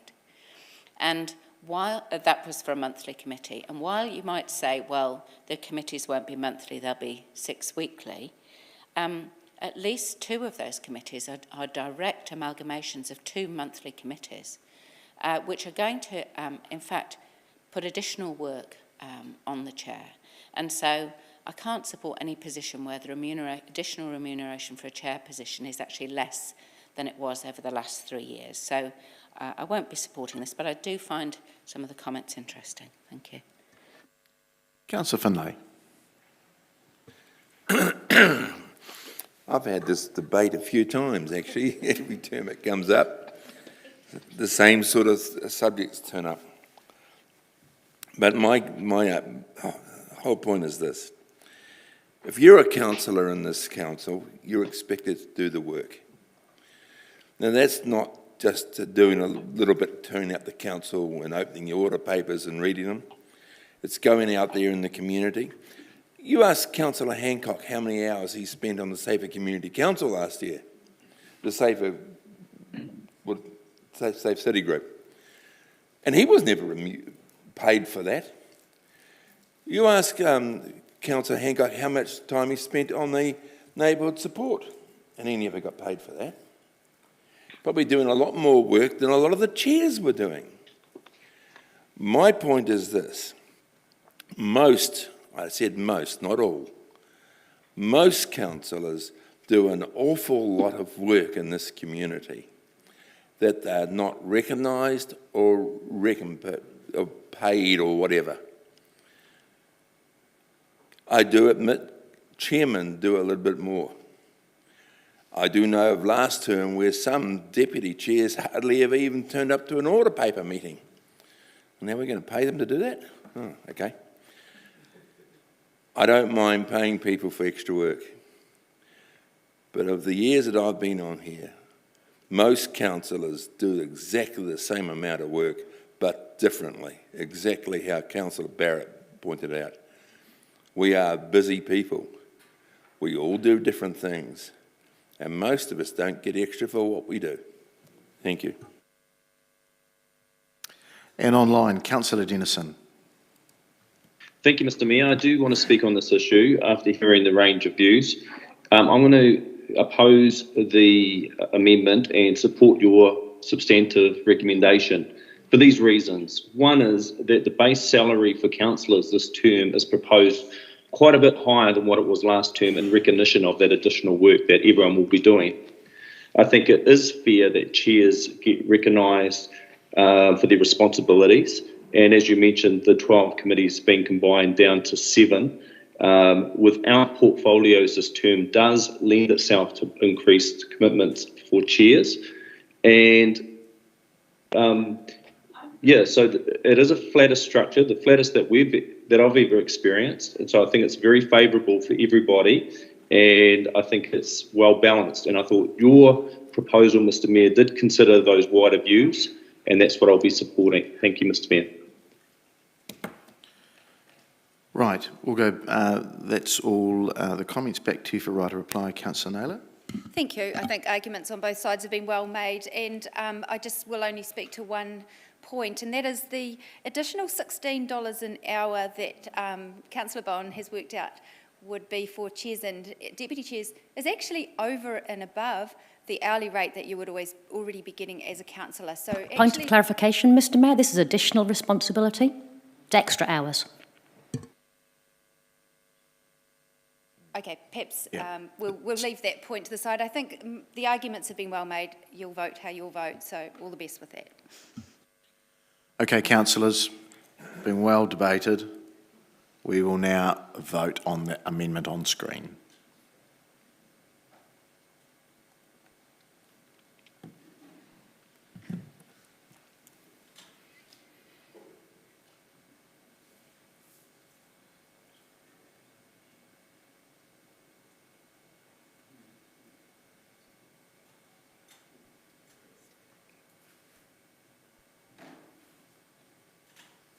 And that is passed, 10 votes for and 6 against. So look, we'll just take a minute to just tidy out the substantive. So talk amongst yourselves for a minute.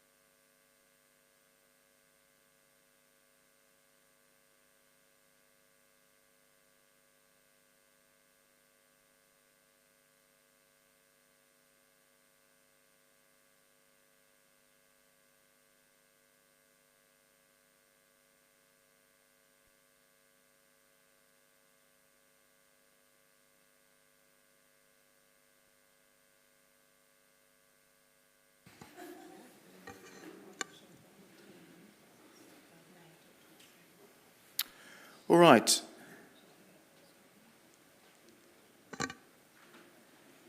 Some of our members have walked away. Hopefully they're coming back.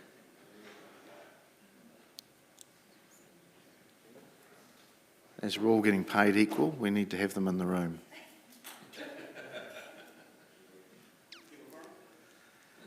We've just stocked your paper.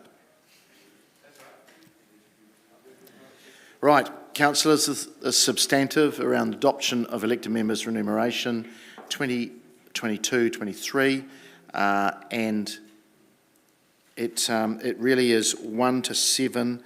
What happens is number 2. Yeah, number 2 has been replaced with the amendment, and number 7 stands because we voted earlier around the appointed members. Can you separate out number 2, please? Will do.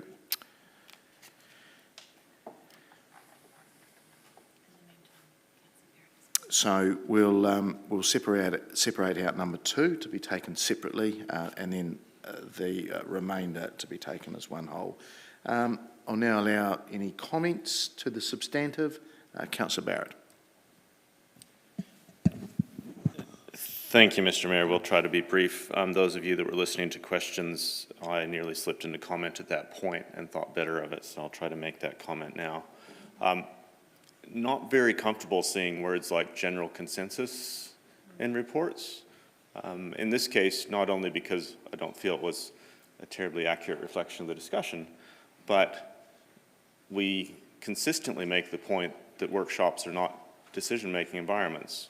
And when I see the word consensus, I think of a decision process and the end point of a decision process. So I do think we need to take care in terms of how we communicate what happens in our open workshops into council chamber.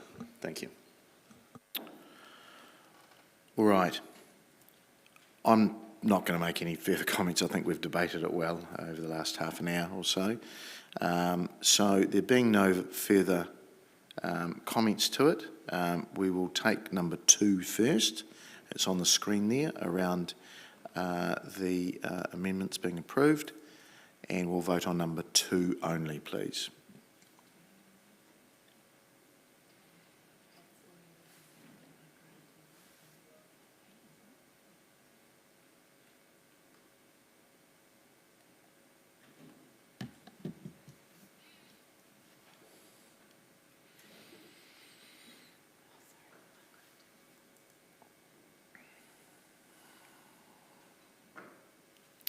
And that has passed 14 votes for and 2 against.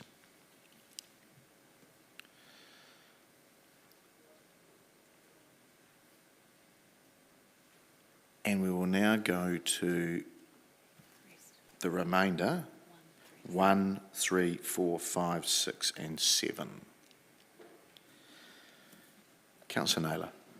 Just a quick question, Mr. Chair, on recommendation 3. Do we need to specify which date, or is it just implicit that what's described in the report will be different dates for the various roles? They are specified within the recommendation.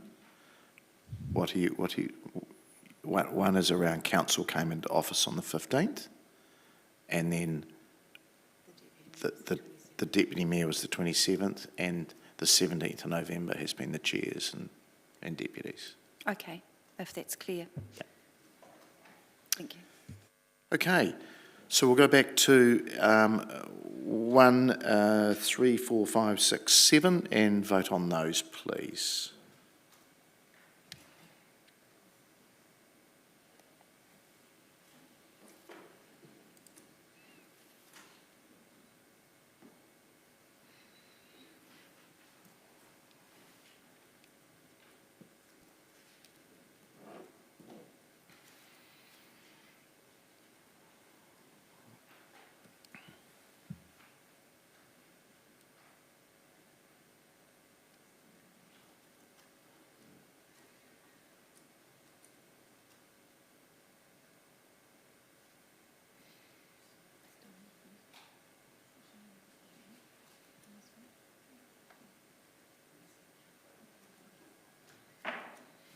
And that is passed, 16 votes for, none against. Thank you. Right, we move through to number 9 on our order paper. It's page 77 of your papers, and it's around the adoption of elected and appointed members' expenses and allowance policy 2022. Paper there from our governance manager, Hannah, and take it as being read, and I will ask for any questions and give Hannah a bit of time to get to the seat. And Sarah as well. All right, Councillor Johnson. Thank you. So my questions refer to page 90.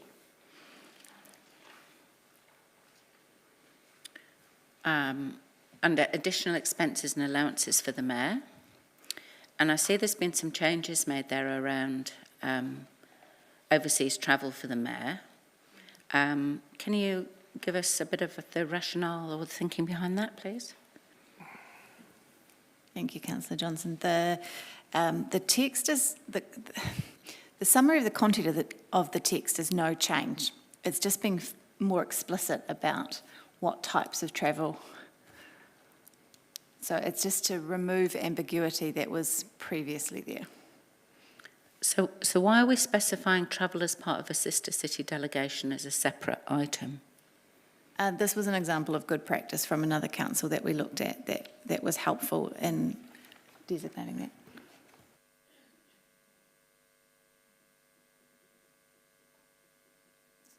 Sorry, is that the end of the answer? Certainly. So there's just an example of the types of travel that the Mayor would take overseas as part of a sister city delegation. It's not anything on top of what was already in the policy. It's just clarifying ambiguity. If members aren't keen on it, then it's not necessary. It was just put forward as being helpful. Okay, thank you. Councillor Barrett. Thank you, Mr. Mayor. Thank you, Hannah. 3 questions. One, briefly to clarify the comms allowance, that's per annum or per triennium? Per annum. Happy to add that in the to be clearer. Thank you. Point 10 on page 92 makes reference to sensitive expenditure, but I didn't see in... Sorry, Councillor, was that page 92? I hope it is. Point 10 Oh, yes, thank you, yes. makes reference to sensitive expenditure. I didn't see that defined anywhere. Is there a generally accepted definition that people could find if they wanted to understand that? There was a resolution of the Finance and Audit Committee in the previous term that defined what sensitive expenditure was for Palmerston North City Council. It is different to the generally understood accounting lingo referring to sensitive expenditure, so we could certainly add it in our own definitions list if that was helpful. Thank you. Would that be helpful to have a resolution, or an additional recommendation to bring that definition here for clarity? I don't think it's necessary. I think we can add it because it's already a decision of council, so we could take it verbatim from that resolution and include it. And I think it's always wise to put everything in one place. So thank you. Third question and final is around your point 2, which I think is page 84. In there, near the opening of it, it says, has the phrase, only while they are acting in their official capacity as elected or appointed members.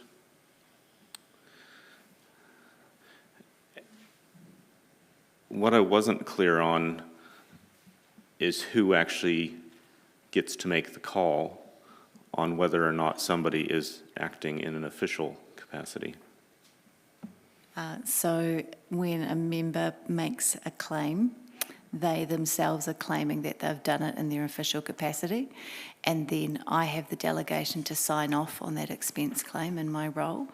And then if I'm uncomfortable with that, there's a delegation that allows the Chief Executive and the Mayor, if they think it was appropriate, to agree that expense be recompensed to the member, Thank you. So it's Chief Executive and the Mayor. Mayor. And the example you gave there was retrospective. I assume that that could be operated looking ahead to expected expenditure.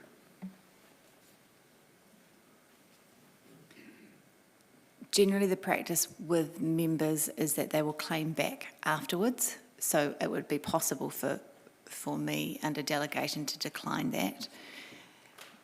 With the Mayor and the Deputy Mayor, they have credit cards which are retrospectively agreed, and that delegation is separate to mine on the expense claim. So it goes through the process that was designated earlier today, where the, depending on the position, who agrees it. So with the Deputy Mayor, I think we just agreed the Chief Executive did. With the Mayor, the Chief Executive and or the member of the committees. So, To elaborate, I'll just get the Chief Executive to speak to that.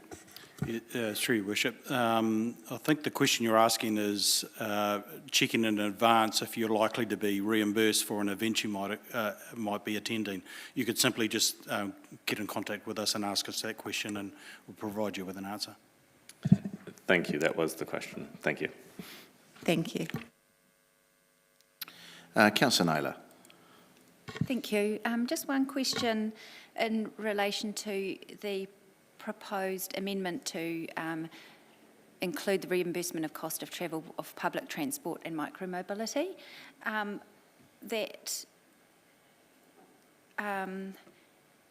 the policy on page 86, currently there's no provision for reimbursement of petrol within the city boundary. Do you see that if we support this today, that would be problematic at all in terms of any inconsistency, or? I think it's up for elected members to decide whether that's inconsistent or not. The amendment as it stands does, as you rightly point out, include travel inside the boundary, not just external. Okay, and is there any comment on the if we're to support this, on the administrative effort required to implement this? Thank you for asking that. It would be my preference from an administrative point of view that members collated those kinds of receipts and gave them to me quarterly rather than every day that they used a scooter, yes. Okay, thank you. Councillor Byrne. Thank you, Mr Mayor. Returning members will know I've long had a bee in my bonnet about the definition of council business. And I see this time round we've included an exclusion which seems sensible, but I wondered where it came from, which is doesn't include events for the primary focus of electioneering. Simply to be consistent, which is what was already understood by members, that it is not council business to be electioneering. So it's just consistent with practice, and again, just adding an explicit statement in the policy. Okay, thank you. And then just in terms of consistency in the policy, under the taxis section, it says taxis may be used for council business. And then later on it says when elected members are on official council business or at an official event. So how would an official event not be on official council business? It's a very good question. That's been in the policy for a long time. Might it be that sometimes official council events are primarily perceived as social? I wouldn't be able to tell you what the assumption was at the time that that was added to the policy. Councillor, sorry. Thank you. Mr Mayor. Just on that, it has been the policy of this council to issue a taxi card, and look, I see the expenses that come through, and they do get used, but very sparingly. So that's what we're agreeing to go forward with. Okay, thank you. Councillor Wood. Thank you, Mr Mayor. Just a question around the reimbursement for alcoholic beverages. I wanted to know if the officers were aware what standard council practice is around the country. Is it common for councils to reimburse, or is it common for them not to? Just to advise our thinking. The only comment I can make is what is in the report itself, which references what the Chair of the Remuneration Authority commented on, which one could assume was based on what in general councils do. But sorry, I don't have that data in front of me. No worries. Thank you very much. Thank you, Mr Mayor. Just on that, I made, and this is back to you, Hannah, because the remuneration chair did ring me on it. She did say it was problematic for a council that did a lot of hosting, and yeah, that's what came back from the former chair, by the way. She's no longer the chair now. Councillor Barrett.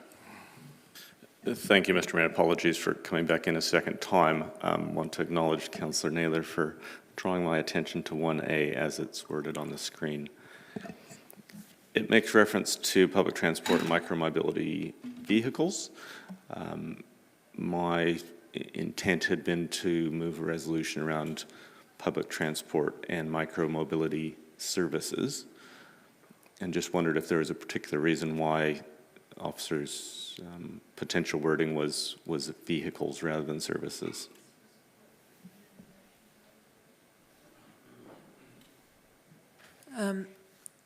The term vehicles was actually what the Remuneration Authority was calling it.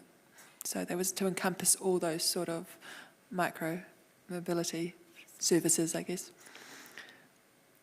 And is it necessary that we stick with the language of the authority? And the reason I would ask that is that Waka Kotahi earlier this week or late last week was involved in a High Court ruling that specifically said micromobility devices are not vehicles. So we're probably stuck in a situation of making somebody unhappy, and just wondering if you have advice on who we should make unhappy. I prefer to standardise it and keep with what the Remuneration Authority want. Thank you for that advice, Mr Mayor. Councillor Johnson. Thanks, Mr Mayor. Thanks, Hannah and Sarah. Just have some questions based on the amendments that have appeared on the screen. We could say at the 11th hour. So in terms of the cost of those additional expenses that are in A and B, should they go through, do we have any estimate of what the cost would be to council, say, on an annual basis for those? I haven't estimated these because they were not in the policy itself, but I think the numbers are there in front of you that for B in particular would be up to $12,000 per member with school-aged children. For micromobility, no, I haven't done the estimates. Okay, and just to be clear, the funds for these expenses come from rates funding? Yes, the allowances part of your policy is separate to the remuneration pool, so councils themselves make the decisions on these, and yes, they come out of operation funding. Okay, and in terms of the childcare allowance, do staff at the council receive a childcare allowance? Yes and no.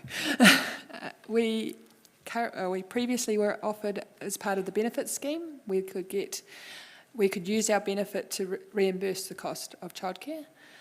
Since the remuneration review, that has all been absorbed into one salary, so currently no. So when you say reimburse the cost of childcare, was there no limit to that? Oh, up to your amount of your benefit, so it's 5% of your...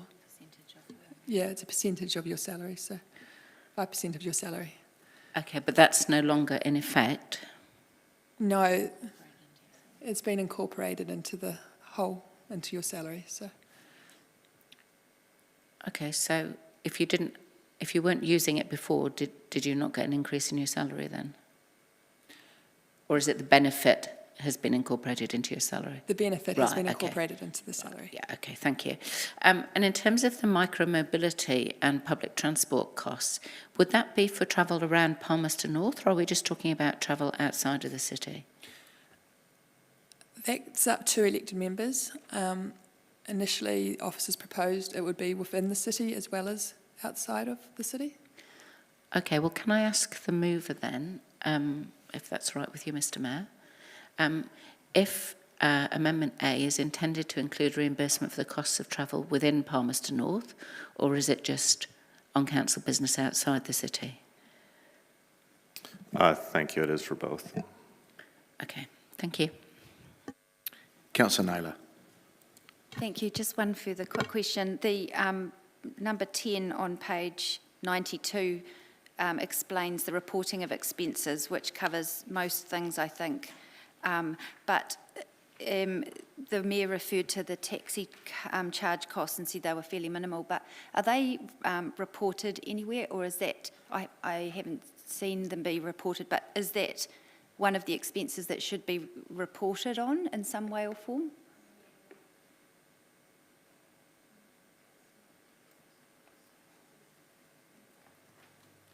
No, they're not currently included in that list.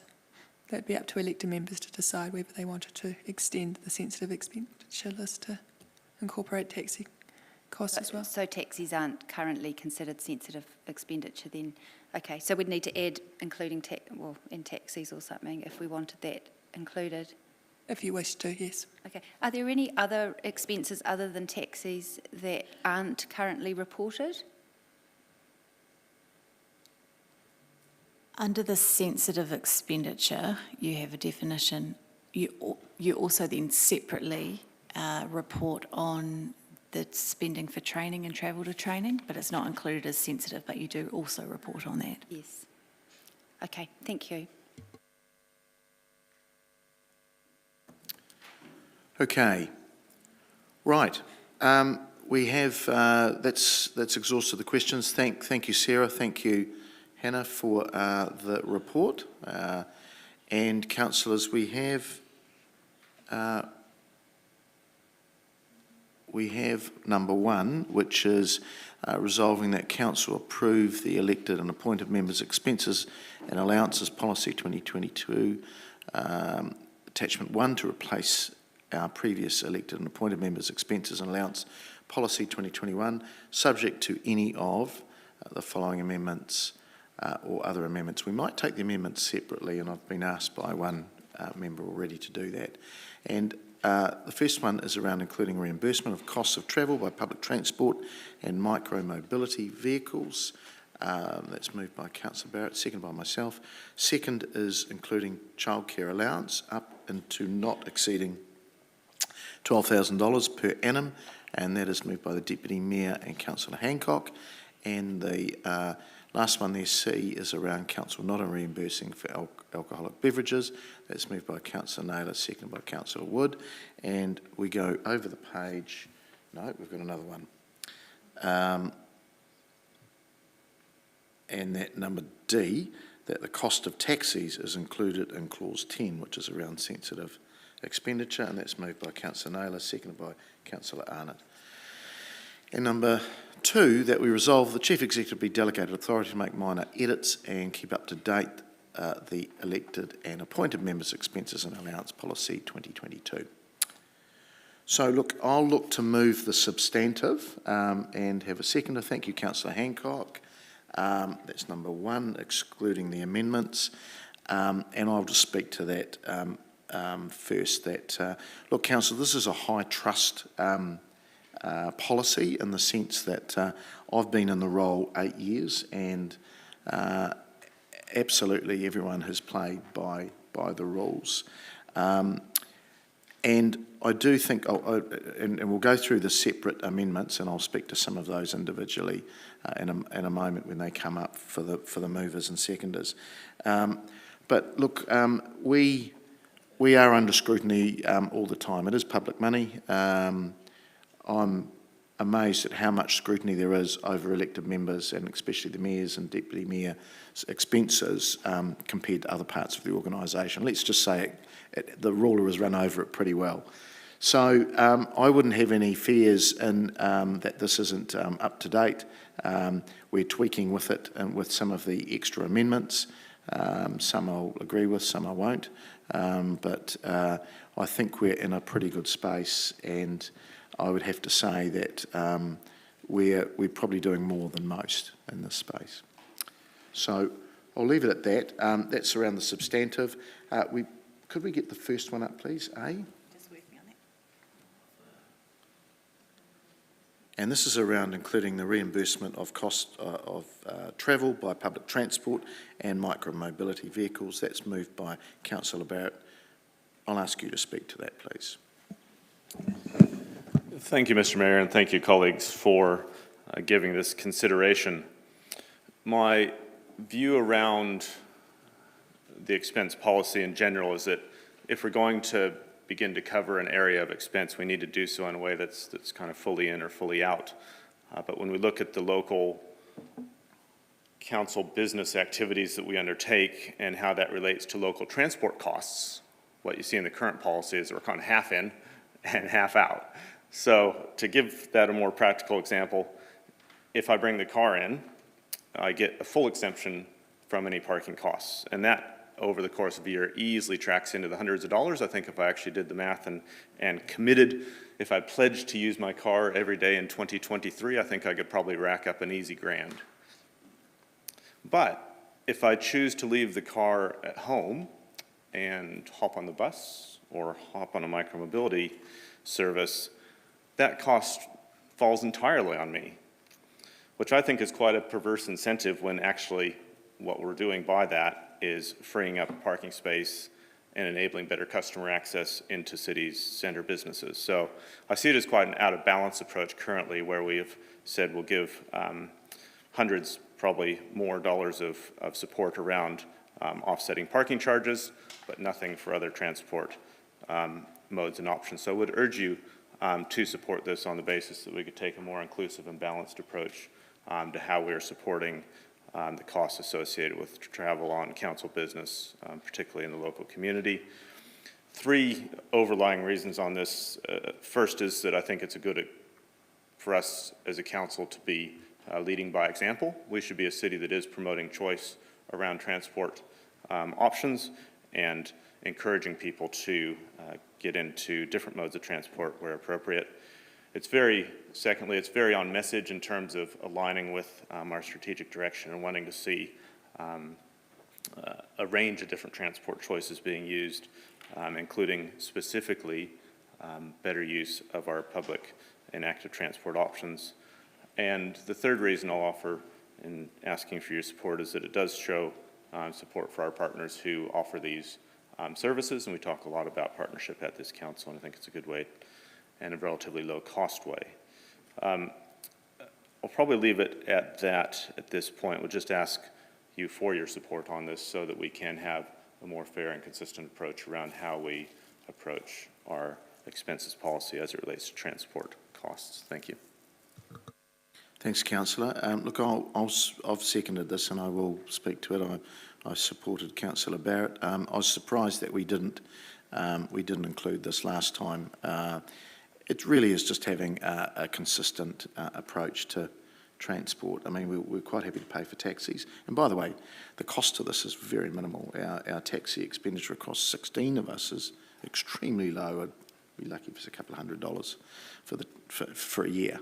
And this is just and it meets some of the goals and strategies that we're trying to work out around emission reductions and everything else. So I just think to me, it's just such a simple thing to include. Again, I come back to my earlier comment around the high trust model and people not abusing things.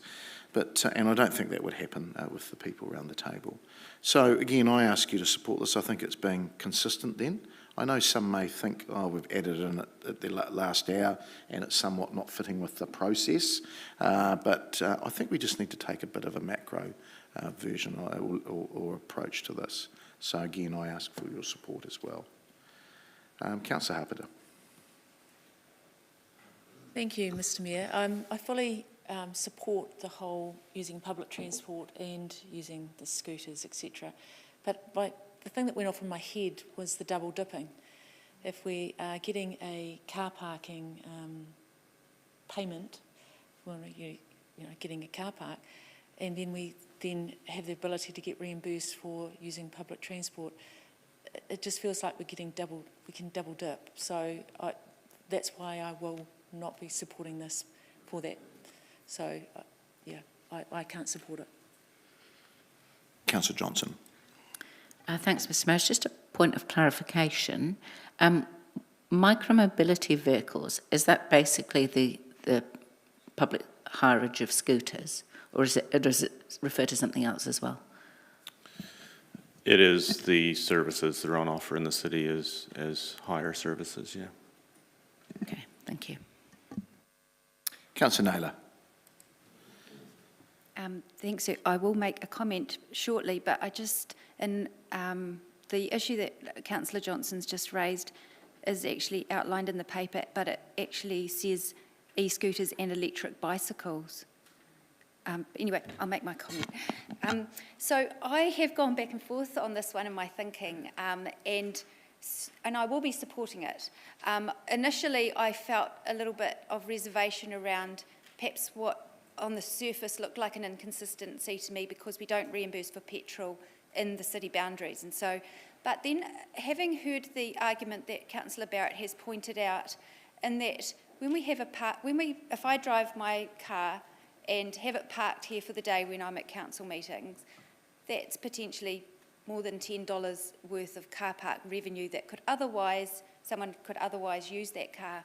And our strategic direction, which I support, is encouraging our community to look at other modes of transport other than coming and parking their car in the CBD. So I think we do need to lead by example. Recently, I did ride a mobility scooter home from a council meeting, and I really enjoyed that experience. It cost me $5. So if I did that two-way, that would be around $10. So yes, we do need to recognise that if we choose to claim those expenses, there will be a cost. However, that is not in the absence of what is also a cost or a loss of revenue potentially in terms of the car parking exemption that we're provided. So having gone back and forth a little bit, I'm actually happy to support this. The Deputy Mayor. Tēnā koe, Mr Mayor, o tērā tēnā tātou. I'd like to speak in support of this particular motion. I think I support those who've spoken in support of it, but I wanted to add the term, it provides currency. In this day and age, we have several options available for us for the different modes of transport. And additionally speaking, it provides flexibility for our colleagues who may choose to, on a good day, come in on an e-scooter or something, but in bad weather they could come in elsewhere. It's about efficiency as well. Not only is it in line with our aspiration to be an ecologically sound and safe and healthy environment, but it also promotes all of that and well-being as well. So yes, I'm moving it, I'm sort of supporting it for those reasons. Kia ora. Councillor Sabellin. Thank you. I'll also be supporting this amendment. To my view, we offer taxi cards as a way to facilitate transport to and from council events if transport by car is not appropriate for whatever reason. To my mind, facilitating public transport or adding that as an expense, public transport or micromobility also facilitates the travel to and from council events. It just diversifies the means. The end is the same. So that's why I'd urge you to support that as well. Thanks. Councillor Hancock. Yeah, thanks, Mr Mayor. The Deputy Mayor has probably covered just about all the points I was going to make, but I'll actually support this because it is about currency. And what is really, really important is the sentiment and the principles that underpin this in terms of giving us the opportunity to, I guess, lead by example in terms of using sustainable modes of transport. Thank you. Okay, back to the right of reply to the mover. Thank you, Mr Mayor, and thank you, colleagues, for both questions and points made in debate. The only one I'd like to pick up on is just to hopefully appeal to Councillor Hapeta and offer her some assurance that while there is a theoretical risk of double dipping, I've tried, but I can only be in one place at one time. I've really tried to get to more than one place at one time, especially when those 10 events come on at a weekend and you want to be everywhere at once. So I think that while that might be a theoretical concern, I think in practice I can only be in one place or in one vehicle at once. All right, thank you, Councillor. We'll now vote on just A, please.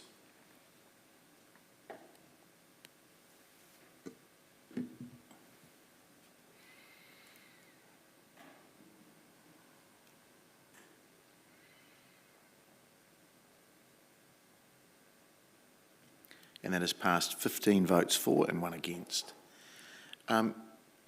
So, councillors, I am going to break for lunch now. I know I don't like doing this midstream, but I have a feeling we're going to debate the other things for a little while. So, and also there is somebody waiting for me in reception. So, enjoy your lunch, and we will resume again at 1 p.m. Thank you.